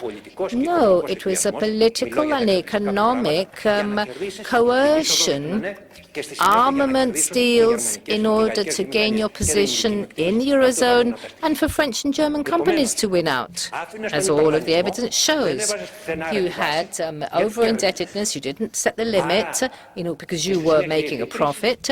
Then the crisis came, and then you invoked the debt. And they talk about the debt, then you have the memoranda, and then you have this vicious cycle which we cannot come out of as a country. So, one final point, because they knew that this was not an orthodox tack, they still, even today, have process of moving away from the responsibilities of over-lending for political expediency. Suffice it to say that at some point in time, a general rule was that they had creative accounting accepted. And this is something which they only had in Greece. But it's not a Greek phenomenon. They said it was a Greek thing, but it was not only Greek. I mean, an investigation committee as to Greek statistics tried in the European Union to do something, to understand the phenomenon, but you never had anybody really drawing any conclusions. Barroso said, no, I don't want an investigating committee on this. So the new commission is going to deal with this particular procedure and this particular demand. In what fashion? And when you have creative accountancy, what does that mean? That we turn a blind eye for political expediency? So if you want to have a write-off that is outside of what is legitimate, or indebtedness is acceptable because of the expediency? You see, these are questions that haven't been answered.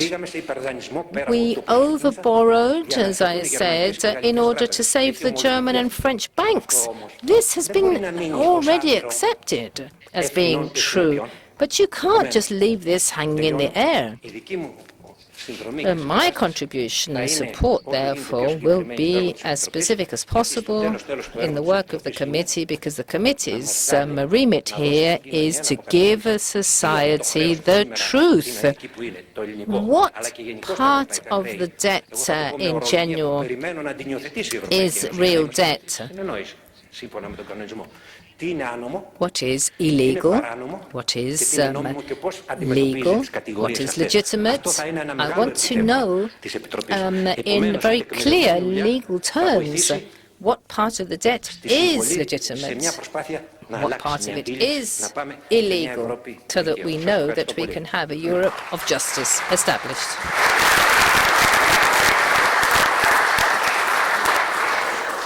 Thank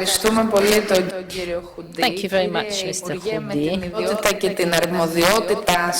I'm sure that in your capacity you will be able to help the committee in finding the evidence and the information which is not in Greece but in the institutional bodies of the European Union and elsewhere also. It's important for the committee to have access to that evidence which are carefully being hidden by from European people as well as from the European Parliament. So I do think that your contribution on that front will be most interesting. Next speaker. Mrs. Fotiu has just stepped outside for a minute, so I will call Minister for Health, Mr. Panagiotis Kourouplis. Oh, he's going to speak on Monday. So the next speaker is the Deputy Minister for Defense, Mr. Kostas Issachos.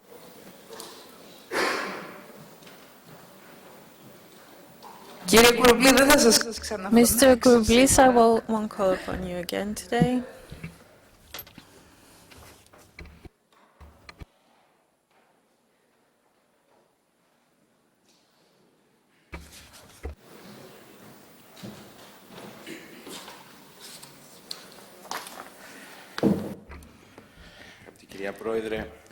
Madam Speaker, dear guests, dear colleagues, dear friends, it is not just a historic day for Greece and for Europe and for the people.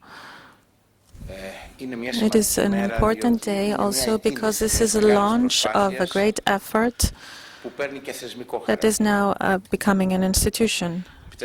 Allow me to say that the movements have played a role and they should continue to play a great role, a pioneering role, to link the issues of debt with the audit regarding the illegal or illegitimate procedure that was followed all these years. It is a moment where the particularity of our case in Europe for the first time brings us in the epicenter of the global affairs, not only due to a conflict, if you will, to a difference, the way it is shown in the media, between the lenders, the creditors, and a member state of the EU, but also because it is something much more significant. I will say what many in the media say, that these are old words and phrases, but we are talking about an effort that is being discovered of an imperialist control of countries and peoples through procedures that have to do with how the countries accumulate debt, and the people as well. Because the globalization that we have today has also its own financial aspect and core, which sheds a light on new evidence, on new data, new evidence that our dear friend Eric, as chair of the Committee on Writing Off Third World Debt, knows very well. We see that since that committee has been established, and I remember this also from the social fora in Porto Alegre, and where we participated many years ago, today our country, in fact, is it a country of the first world? And what is the first world exactly? Perhaps beyond the third world, we now have a fourth world as well. So the globalization has shed light on new evidence, on new data. We find ourselves in a very difficult area, geographic, and not only that, where everything that has to do with debt in our country, in the Balkan countries, in the EU countries, in the Arab countries, in the Middle East, all the issues that have to do with the geopolitical reshuffling is still another element that we need to examine to see how this accumulation of debt has happened through a more complex view of the situation. I will use some of my thoughts to demonstrate, and with some reports that we have received in the Ministry of Defense, I will try to shed light on something that is already known, but it is not known in its very core in the EU, and it's not known to the people of the EU, and it has to do with how the import of arms has built and increased the public debt of Greece. Every so often we find in the media the issue of arms procurements that has to do with the mediation and the benefit to some companies where we don't have the procedure of the mediation for arms procurement alone that is being done with governments, but we see a procedure that is quite very much alive in the EU of having these mediators. What do these companies do? They still exist in Germany, they still exist in France, in Italy, and in the US and Russia. So, is it just an institutional issue and problem that a country which needs to have national defense to turn to these mediators? And why is it necessary to do that? In the case of our country, There is a scandalous aspect to this issue with political aspects as well, but the overall issue of arms procurement and arms import has been obscure for many decades now. We have, of course, the case of a former minister who today is in prison, but I think that the people themselves, the citizens, know that beyond the very important, crucial personal responsibility, we still haven't seen the tip of the iceberg. We have only seen a very small part of this very overall issue. I think that the linking and the correlation is very important for the public debt as well, because the financial crisis came about through this, and it was a weapon used by our creditors, those very people who would sell us arms and would keep our people hostage in this very culmination of events. We see the expenditures that were made for arms coming from the International Institute for Peace in Stockholm that has cooperated with the United Nations. It is an established and well-recognized institution. And during the time of accumulation of public debt, from 1974 to 2010, when the financial crisis broke out, there were imports of arms mainly from the US, Germany, and France, of an overall cost without interest equal to almost our yearly GDP. At the same time, in 1990, the same numbers applied. So we need to see, this is not just reading statistics. We see that throughout time, there has been a procedure that has included with names, and not just political names. It has been an intransparent procedure that still goes on today. This accumulated public debt, over 360 billion, is not just made up of the initial capital, but we have the interest that is accumulated as well, and the imports of arms are financed mainly with outside lending, outside borrowing. So they're building on this debt, and this is a long-standing loan, which of course increases the accumulation of interest. We are still paying hundreds of euros, hundreds of millions of euros a year to American banks of the American military aid, as it is called, the programs that are well known as FMF, that started in the 1950s with the Truman Doctrine. The expenditures in 1990 for arms imports without interest, which equal to 50% of an average GDP of Greece in the last decades, is capital without interest, pure capital without interest. And in many cases, we buy arms that were not operational or were not appropriate for use or were never used or completed as arms systems. So our country that has this arms industry has never taken advantage of this arms industry with co-production of arms systems or with the acquisition of know-how or technology. We've never benefited from that. That is why our defense systems today and the new government has received this arms industry for the most part in a procedure of clearance, because it is almost disappearing, this arms industry. We had these four industries, however, of arms industries need to be present in Europe and need to claim to have a more profitable role in the overall global market of arms systems. Three examples.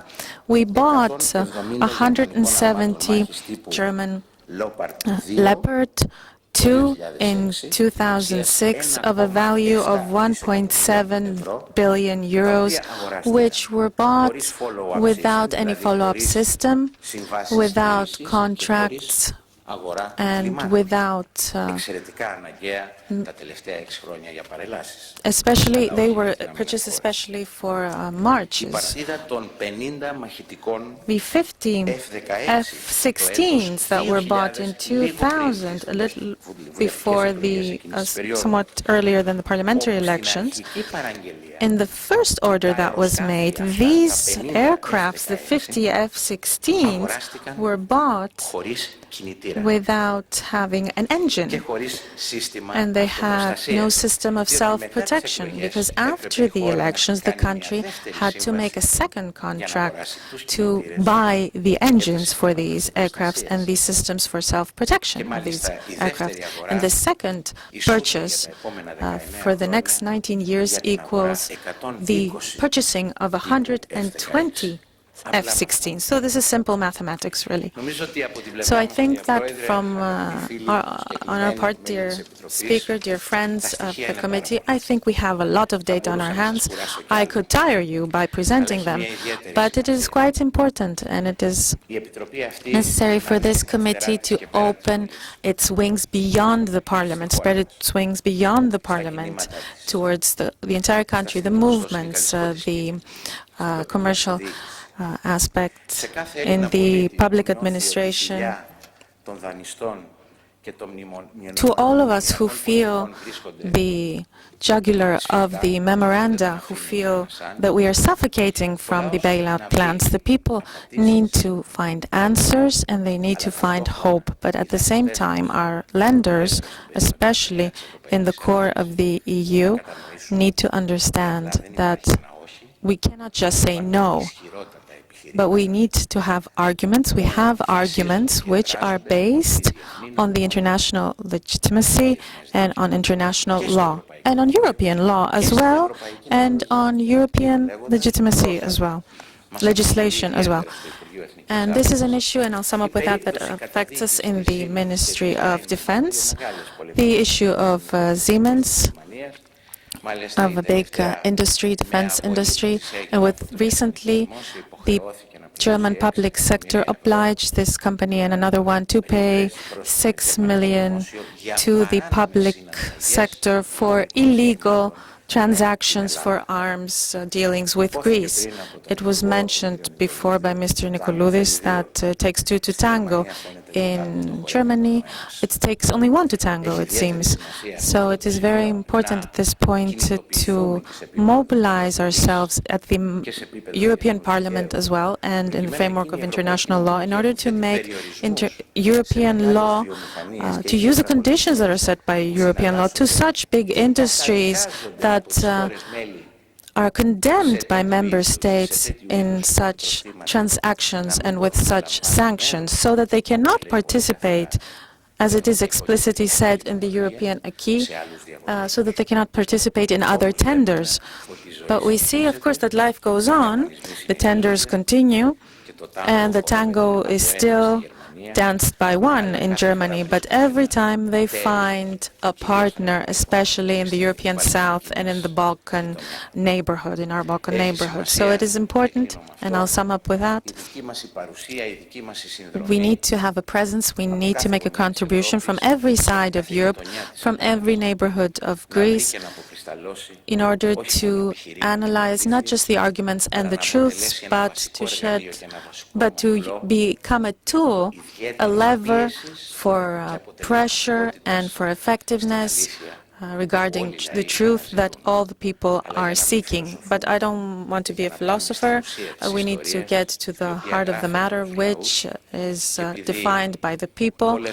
And since many times in the past we have found ourselves in other neighborhoods around the world, we see that countries and people, especially in Latin America, have sought the path of their own truth, and they didn't just descend, but they ascended as well some steps, and by ascending these steps they can see the sunrise and they can see a better future of empowerment in comparison to the globalization that some try to use to assess people and banks, but nobody assesses what those who have committed crimes have actually done around the world. Thank you.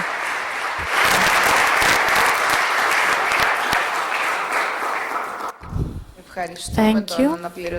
Thank you to the Deputy Minister of Defense, Mr. Issachos. And for the reference also, Mr. Issachos, beyond the scope of your competency, but within the scope of the competency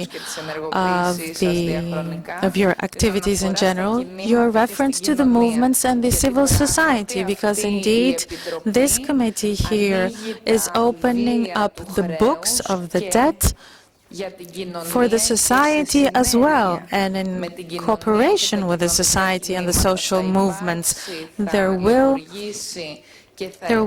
be, and we will be enhanced also by the social movements, those social movements that will adopt the work of this committee and support the work of this committee against, of course, the raging attacks that we will have to deal with. Sofia Sakorafa made a very good reference in the beginning, I think, and now I'll call to the floor Mr. Varoufakis, our Minister of Finance.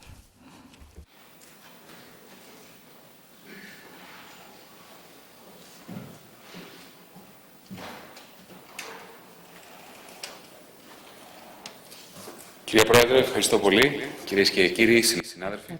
Speaker, dear colleagues, ladies and gentlemen, as Minister for Finance, I will commit my ministry, as all the other ministers also have, to collaborating with the committee so that we can bring to light all of that evidence which will help us complete this.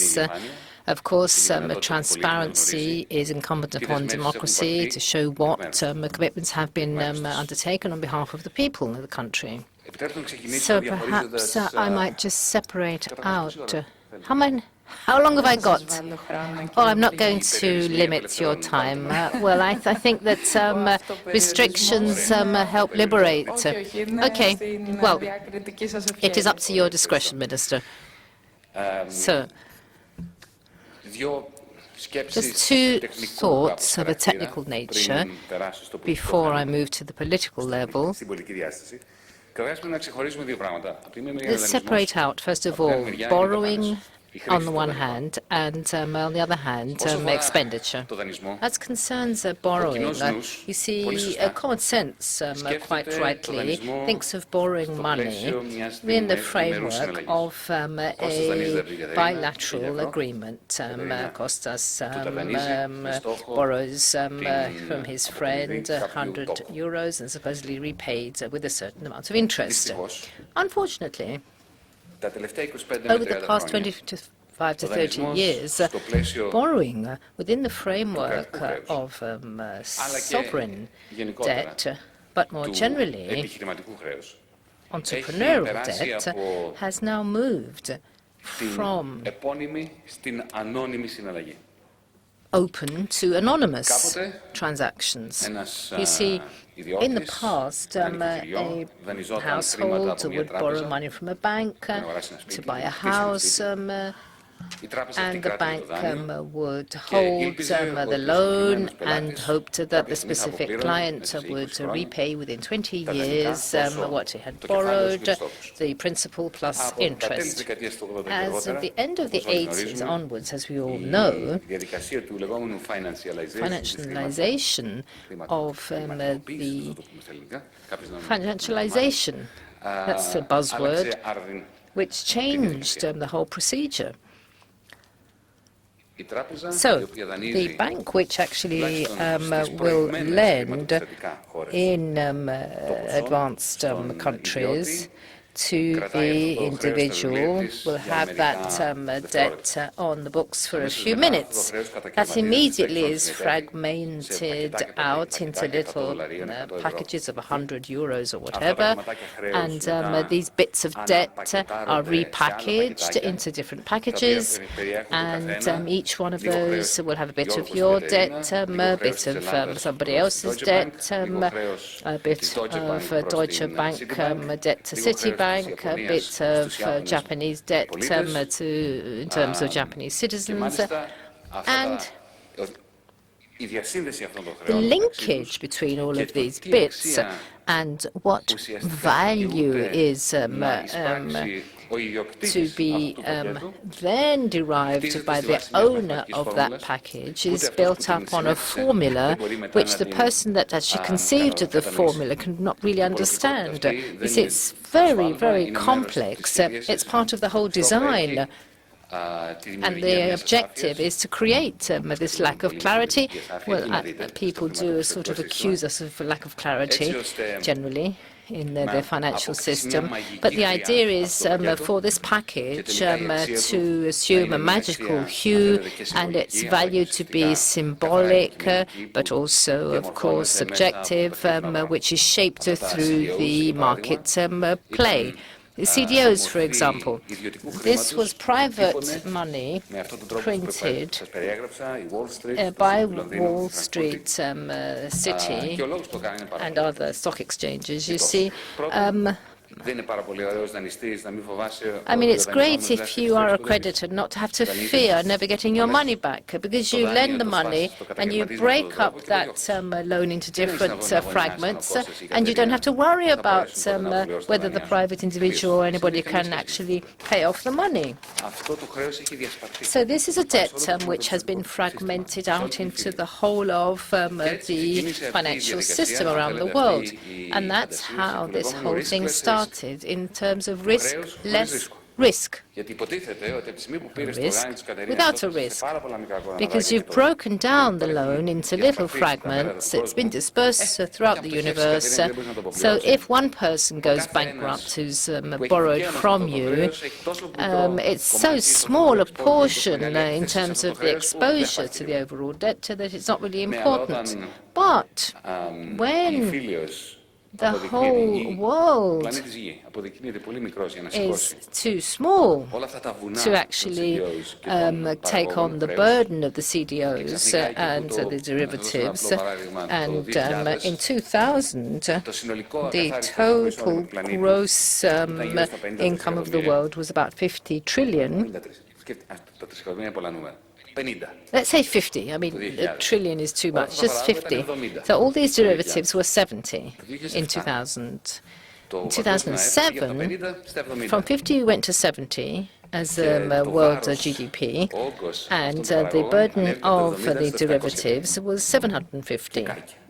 And burnt in 2008, and the banks collapsed, saved by taxpayers. And suddenly, we have a debt crisis.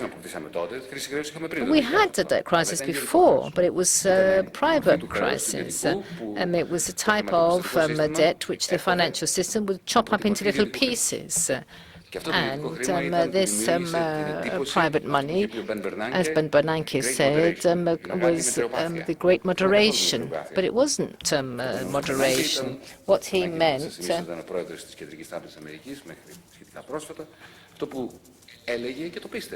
what he believed, even those that built the Eurozone on the basis of this axiom, and which he himself had believed in, as Alan Greenspan had before him, and the EU, in its stupidity, had believed the hypothesis that, well, for 10 or 15 years we have a systematic development and increase of GDP, of real GDP, and low inflation. Isn't it wonderful? We've never had this. Riskless risk actually works.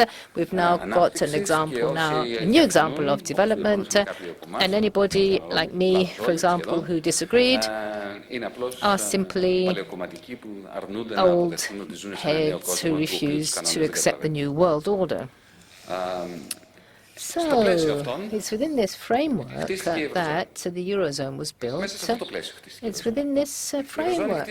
And it was built on the axiom that this great moderation would last forever. And the less risk is now the status quo. And you can actually print as much money as you want. And provided that pensioners and workers have increases just slightly over the official inflation rate, but below their own personal inflation rate, because these are different in times of development. So we decided that in 2000 we would actually set the parities, and all of the currencies would be put into one single currency, but without taking into account the mechanisms to absorb the disruption. So when a disruption comes, that you do not have the procedure that you had in the Wall Street crash years in 29. But we didn't learn our lessons well, I don't think, because in 2008 we had the same sort of prerequisites or precursors to the crash. The banks crash, recession starts, and then borrowing of the deficit areas in the country stops, and these deficit areas with the greater debt will be those areas which have to suffer the greater burden of so-called adaptation. Adaptation is another buzzword, and adaptation on all fronts, and these debts leads to reduction of income in these areas, and then you cannot pay off your debt because of income reduction, fragmentation of the common currency was the gold standard in those days, and then of course you have strife breaking out between countries. Does it remind you of anything?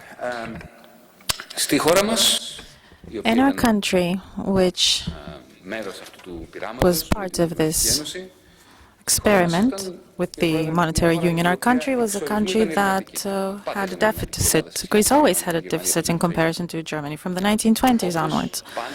And it will always run a deficit. Yorkshire will also run a deficit in comparison to London, Eastern Germany in comparison to Western Germany, and parts of France in comparison to Paris, and so on and so forth. Every monetary union has those areas that have run a greater deficit than others. As long as you have your own currency, then its devaluation due to the deficits that you have is a kind of system that allows for these vibrations to happen without great effect. But when you don't have your own currency, the only way to finance your deficits is through capital flow. And so I'll give you an example. When we used to sell oranges to Germany, you sell oranges and you buy BMWs from Germany. So you have a deficit. When you have a common currency, you cannot have devaluation. So what do you do to even things out? You take a loan. In Germany, in the Netherlands, and in other countries, it is natural for all this money that is accumulated. Why is it accumulated? Because they have surpluses. When you have a surplus, you import capital. You sell BMWs, so you have money in your bank. So you have an overflow of money in those surplus countries, and the banks want to give out this money. It's a curse for a banker to have money that they cannot lend to someone. But in Germany, there was not enough demand for this money to be provided out into Germany, so it had to leave from Germany. This happens also in other places in the US as well that have a surplus. So we have a process of aggressive effort to lend to those who run deficits. And this is a very natural thing to happen. It's not a moral issue or a choice. It's the only way. So when you have capital that is flowing in the area of a monetary union where, by definition, countries run a deficit because they are not as competitive. They don't have a heavy industry, they don't have oligopoly, they don't have Siemens, they don't have Peugeot. They don't have economies of scale, as we say. So by definition, the money that will flow into this country, what will happen to it? A bubble will happen. That is what will happen. They will have higher prices for real estate because there will be investment on construction, and the banks will start to give out housing loans that will increase real estate prices, the way it happened in Spain. Not so much here in Greece, but it happened here in Greece as well. The difference between Ireland and Greece is that in Ireland the money went from Deutsche Bank to Anglo-Irish Bank, and from there it went to the constructors. The constructors sold the house to private persons who also took out loans from banks. The prices of housing increased, so everybody started to overconsume. There was a sense that Ireland is flying, if you can remember the tiger. So at some point when the financial institutions were no longer able to deal with all this, they could not pay out their loans, pay back their loans to German lenders for the most part. And the same happened with the ECB and Mr. Trichet, who said to the Irish Prime Minister that your people have now to repay the loans of the banks to the lenders of the surplus Europe, or from surplus Europe. So what is the difference in the case of Greece? Instead of the constructors taking the money from the banks, the Greek public sector took out the loans and gave them the money. And then we had higher prices for construction of roads, etc. So this whole procedure of financialization, this process, it has a wild beauty to it, if you will. If you could see it in those days or today, how these CDOs were built, these packages of debt. And if you're someone who has been to university, you live in a structured society, and you just follow this procedure, it's an alchemy. It's something beautiful, really, to look at. And you want to participate in that, especially if by participating you gain millions of dollars in salaries, and you feel like a master of the universe.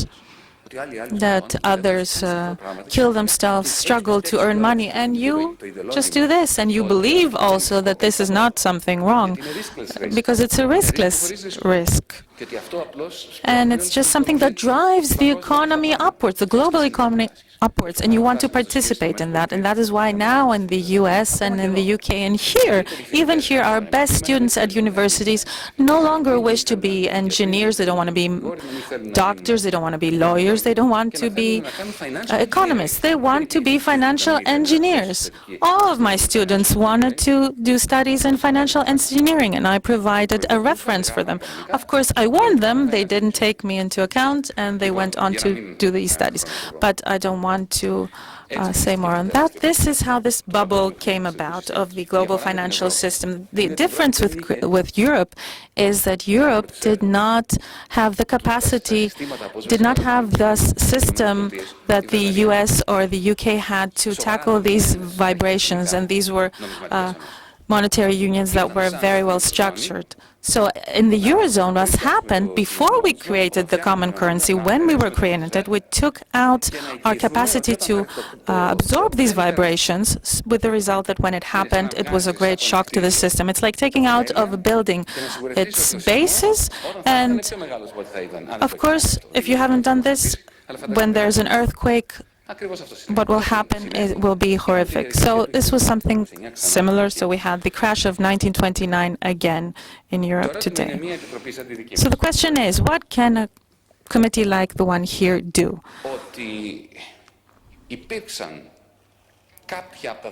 Some of the money of those who were in this financialization process, some of the people in this procedure know what happened with the debt. Goldman Sachs, Customs. But it is characteristic of the idea of not realizing that the state has obligations towards the citizens. You have to tell the citizens when you borrow money, why you borrow the money, what kind of money you give out, why you give out money in every contract that the state makes with private persons or with another state. What did they do at the time? They just turned borrowing into the creation of a new category of assets. They took the road tolls, for example, and road customs, because they are future. This is future income. You give it to Goldman Sachs or you sell it to a private person, and you say then that it was an income of the public sector. The problem was that this was done in a legal way. This was supposedly a legal procedure, according to Eurostat and the European Commission also. It was a legal process, the process with which the parliaments were duped. And we're not the only ones who were duped and the only ones who realized it. So what can this committee do? The main thing we can do is to shed light on all these things so that people know what happened exactly, so that the people of Europe who point their fingers at us to know what happened with Goldman Sachs, what happened with road tolls, and why there was such an increase in Greek public debt. They need to know that it couldn't but increase. The public debt and the private debt as well, debt overall of a country of the regions couldn't but increase in a monetary union that is structured the way it had been structured. And they should know that this debt was not sustainable, regardless of whether it was private or public. These two things are linked. In Iceland, they had the lowest public debt of any country in the Eurozone. But Iceland also defaulted. Why? Because when the crisis broke out and the bubbles started to burst in the real estate market, this private debt moved on to the public debt. And of course, the taxpayer had to pay the price. What happened here? We already had a public debt. So there was no difference, in my view. There are differences between Ireland and Greece, but not regarding this particular issue. Here we have a structural issue of the architecture of the Eurozone. Our partners and our citizens need to understand that the Greek public debt, the Italian public debt, the Spanish one, and the potential public debt and the private debt that will become public debt when the bubble bursts in the private sector as well, the way it happened in Spain. All this debt was necessary for the Eurozone to function the way it was built, the way it was established. It was not an accident. It was not an indication of the fact that the people of the South all of a sudden only wanted to accumulate money, and all those with the surpluses were ants working hard, and the rest of us were just lazy.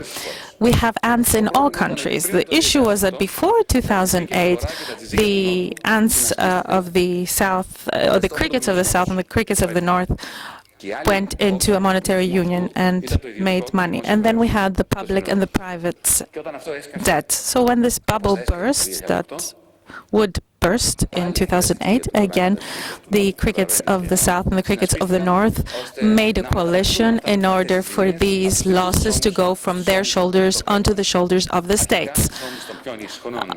In the beginning, on the shoulders of the more poor countries like ours, knowing very well that we wouldn't be able to raise this burden, that there would be a transfer of burden towards the shoulders of the Slovak or of the German. And instead of speaking of the crickets of the South and of the North together, who used the ants of the South and the ants of the North to work for them before the crisis, even more after the crisis, and to carry the burden after the crisis, we are speaking of Germans versus Greeks, the way we spoke in 29 of a nation versus another nation. So a question, can this committee shed light onto this? This is the main issue here. I think that we will all try to shed light onto this, but this is a technique. There is a technical aspect. We need to see who borrowed what from whom and when, what were the shady debts, if you will. Shady loans, excuse me, and to see what happened after 2010 in our country, where we had a very cynical, misanthropic transfer of those private losses from the private books of the banks of the North European countries to the shoulders, initially, onto the shoulders of the taxpayers of the poorer the shoulders of the poor taxpayers of the regions, knowing that this debt would be transferred to the taxpayers of the north as well. So this crime that we call memorandum with one word, or memoranda, needs to be revealed. And why do I call this a crime? For a simple reason, because right now in Europe, the integration that we used to speak of, the European integration, the convergence of the states is no longer a reality. Right now we have no convergence. We have one proud nation finger-pointing another proud nation, the Greeks finger-pointing the Germans considering the Greeks to be beneath them as Europeans, or a nation that shouldn't be in the EU at all. Isn't that what we see in the surveys? Soon the Greeks will be against the Greeks and the Germans against the Germans. This is not the Europe that we wanted. This is not the Europe that anyone wanted, neither Konstantinos Karamanlis, nor Andreas Papandreou, nor Leonidas Kirkos, nor Jacques Delors, or the socialists of the 19th century who wanted one Europe with no borders. So we need to have transparency, but I'm afraid, unfortunately, that there is a tendency in Greece for the failure of the political system, the failure of democracy, and the failure of the justice system to be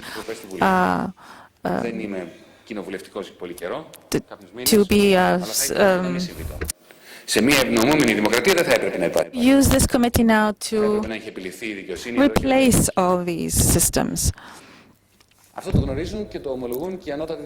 And our judicial system recognizes the faults there are, so I think that all of us together, we need to shed light on the reality, but because only through light can we chase the darkness away, the darkness of this split between nations and within nations as well. Thank you very much.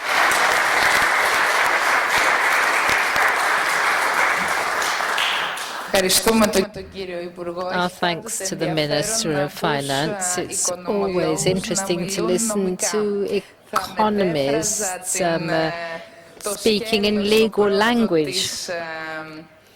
The first part of your speech, Minister, I think is also proof that even debt which seems to be legitimate may not actually be ethical. I think that's what you were saying. The legitimacy is another issue, but you're saying that it's not moral because of the way that it was actually established, as to whether it was actually necessary or not. I think that the whole committee, therefore, will take note of your obligation. That's your ministry, which is a line ministry of great importance in terms of the evidence required for the committee, will stand by the committee, and you will make available all of the information and documents required for this project. I also just note that you said that memorandum debt mirrors a transfer which is rather misanthropic. Transfer of debt to the people who really do not owe that money. Thank you very much for having come into the committee at a time, basically, where this is a very topical issue, and we have events and developments underway, taking place very quickly now. May I now call the Deputy Minister for Culture, Mr. Nikos Xydakis.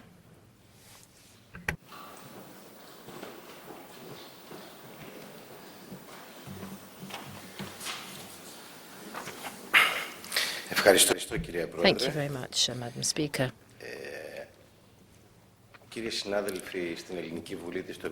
Dear colleagues and dear guests, Dear experts and observers, ladies and gentlemen, it is a great honor for me to be able to participate in this committee. I am a member of the House for the first time, but it's an honor to be part of this effort to reveal the truth as well as to reconstruct the country and, of course, to make sure that democratic proceedings and procedures are re-established in full cognizance of the historical importance of the moment. So I will contribute to the work of the Truth Committee, but also in my guise as a Member of Parliament next Monday, where we are to have the examining committee drawn up at the proposal of the government in terms of the responsibility of political personages during the bankruptcy period. And it's in this sense that the debt that we have as citizens, as also elected members and participants in this particular government and in the Parliament here, that I must say that this is an historic Parliament. Perhaps it's the most important such Parliament since the establishment of democracy in this country. So I make my person available to the committee, as well as all of the staff in the ministry, at your disposal. At your disposal to provide the evidence, to provide all the data they have to hand.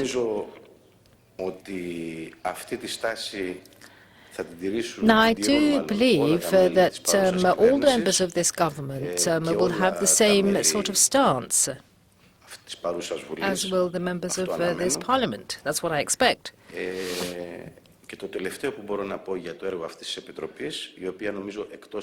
And as concerns the work of the committee, which is of historical and national interest, will also be of international interest, because truth basically is what is going to lead to the rebirth of this country as a democratic state. Thank you, Madam Speaker, and I wish you every success in the work of this committee.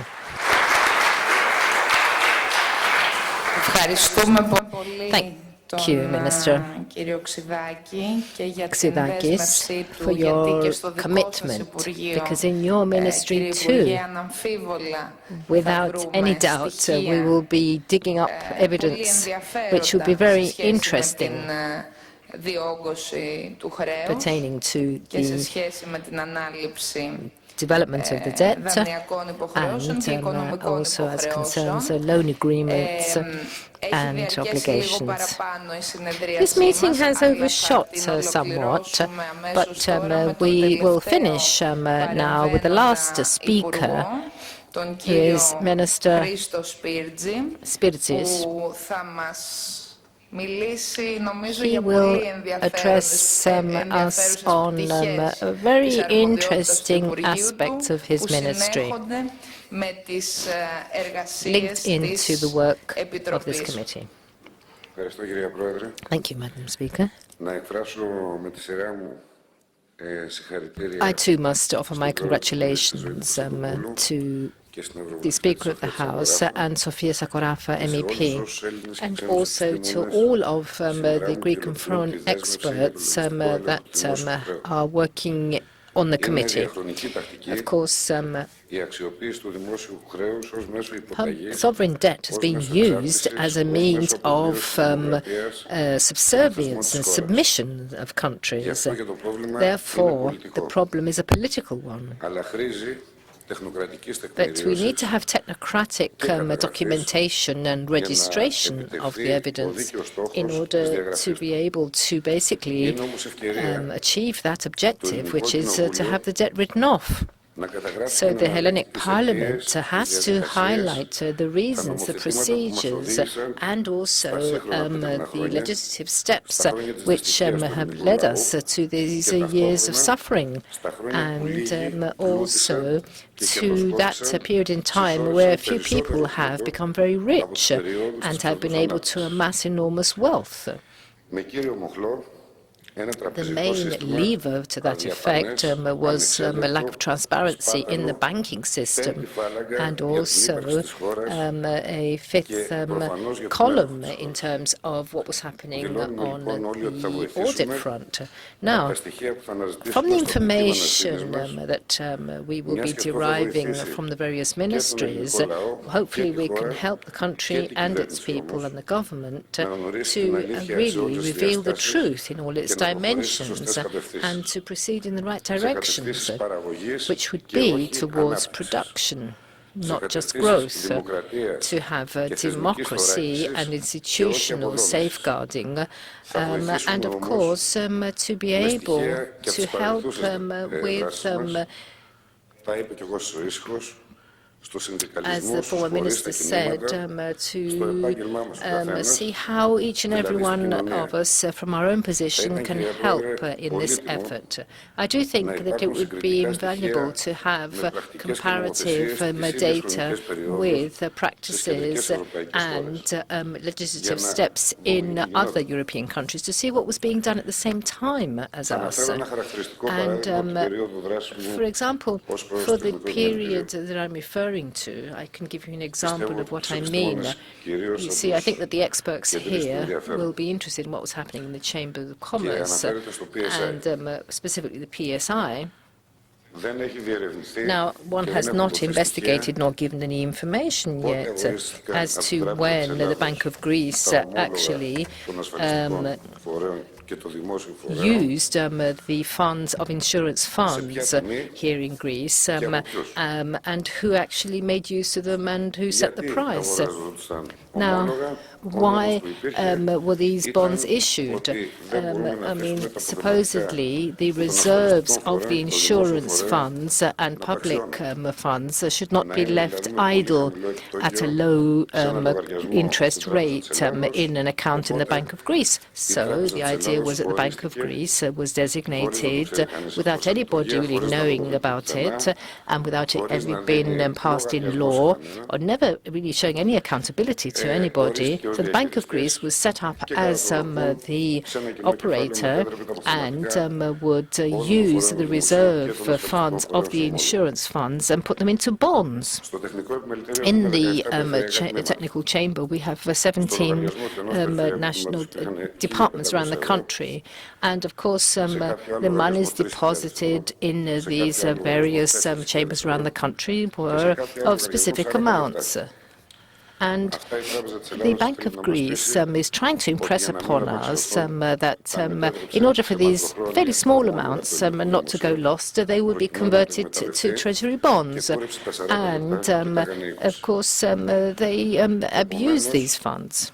Consequently, questions certainly arise, apart from when these bonds were purchased, who purchased them, and at what price, whether there were actually bonds also. Now, this was then used as an alibi, basically, a pretext for other policies. 65,000 engineers and their families had no health cover and care because they couldn't pay in their insurance contributions. And it was rather sad to see parents with children who had cancer who had no health care provided for their children. So, it's within this framework that we have to examine other issues. We have to see all of the legislative changes, institutional changes, the so-called reforms which led to the dismantling of society, imposition of laws by Troika, where the Commission was participating in contravention of European legislation and also European civilization. And this is also true for the PSI. high. And at one and the same time, it was through these institutional supposed changes and reforms that some people were becoming very rich, and the state was floundering. So I want to make mention of specific issues which feed into the public works, and where no effort was made to see where these reforms were going, which supposedly were to rationalize the cost of borrowing, and as the Minister for the Finance said, the new model of concessions, and what this has really meant for the states. We don't have a serious system of budgeting these projects and monitoring them. We have 13 different ways of budgeting for a specific project, but nobody's really picked up this issue. We do not have a system to register which projects are underway in the countries which have been completed. We don't know, for example, the cost of these projects. We don't have information. Nobody's been dealing with this as to the construction materials cartel, despite the complaints and denunciations. One has not in any way dealt with, nor have we participated as peripheral countries of Europe in the European models being established for projects. And why is it that Greek products are being excluded? Why is it that you have specific products from Central European countries used? There's never been a real control, a real monitoring or price monitoring activity, or a structure in place for one to be able to have a strategic planning for the public projects and the setting out in order of priority. Even after the crisis, or during the crisis, let's say, when you had private projects down to zero and the cost of labor, as has been said, dropped really very, very low, the prices of cement and iron, which are actually produced in this country and were not in demand, the prices were on the increase. So we must talk about the role of the so-called independent bodies, their competencies and their activities.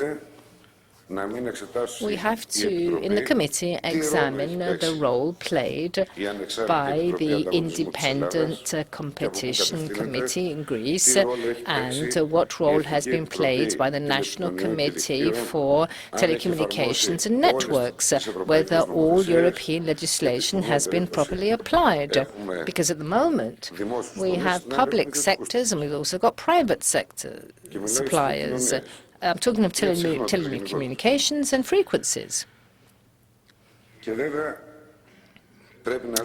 of course, one has to examine the new way in which you have concessions awarded, and also you have to see how you have projects which are non-risk, non-public control, and non-credible budget projects, nor do you have social or developmental indicators built in. And apart from the economic dimension that the Minister for Finance mentioned, you have all Greek companies excluded from these projects. And driving to Thessaloniki and back will have an enormous cost because of the tolls. It costs you less to travel to Paris than to Thessaloniki. So the European Competition Committee has approved this. The European authorities are responsible for this because they've all authorized this, these tolls that are established. So one final point before I finish. This committee has to also deal with the TAIPED, as we call it in Greek, which is the Hellenic Republic Assets Development Fund, because there you have secrecy covering all of their activities in that fund. And supposedly it's enshrined in law that they are accountable to nobody, not even to justice. They do not adhere to any set procedure, and in many cases they're called privatization. But if you're talking about public assets, which is being bought out by bodies which are public bodies of other countries in the majority, that's not privatization, nor is privatization simply giving away public assets and charging the Greek people for this, for the projects that are then implemented. And I think that the Hellenic former airport is a case in point. So, just to conclude on this, I believe that the success of the Committee for the Audit is the least that we can contribute in terms of helping it along in its work, because it really is the main thrust for us to be able to preserve our national and personal dignity. Thank you.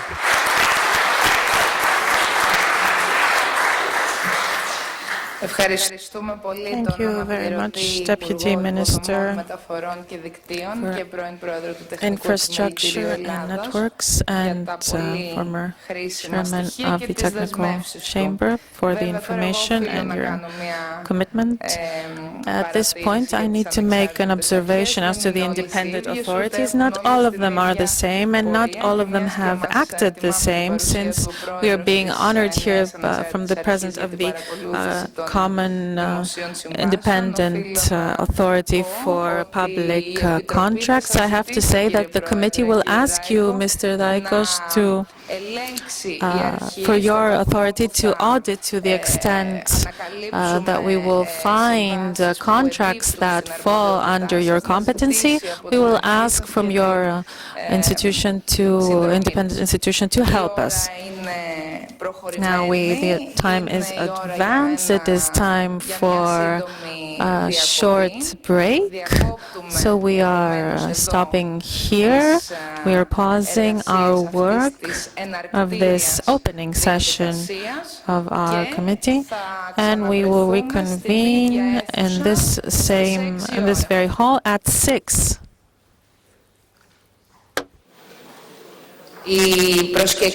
Our dear guests from abroad and from Greece, and all those present here, are all welcome to come to the restaurant of the Hellenic Parliament, where we can have a light lunch.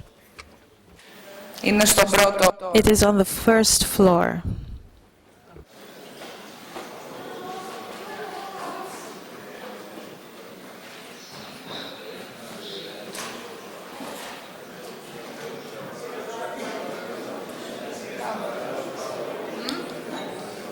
Αύριο δεν θα έρθεις το απογευματινό. Δεν γίνεται, αποκλείεται, θα έρθεις.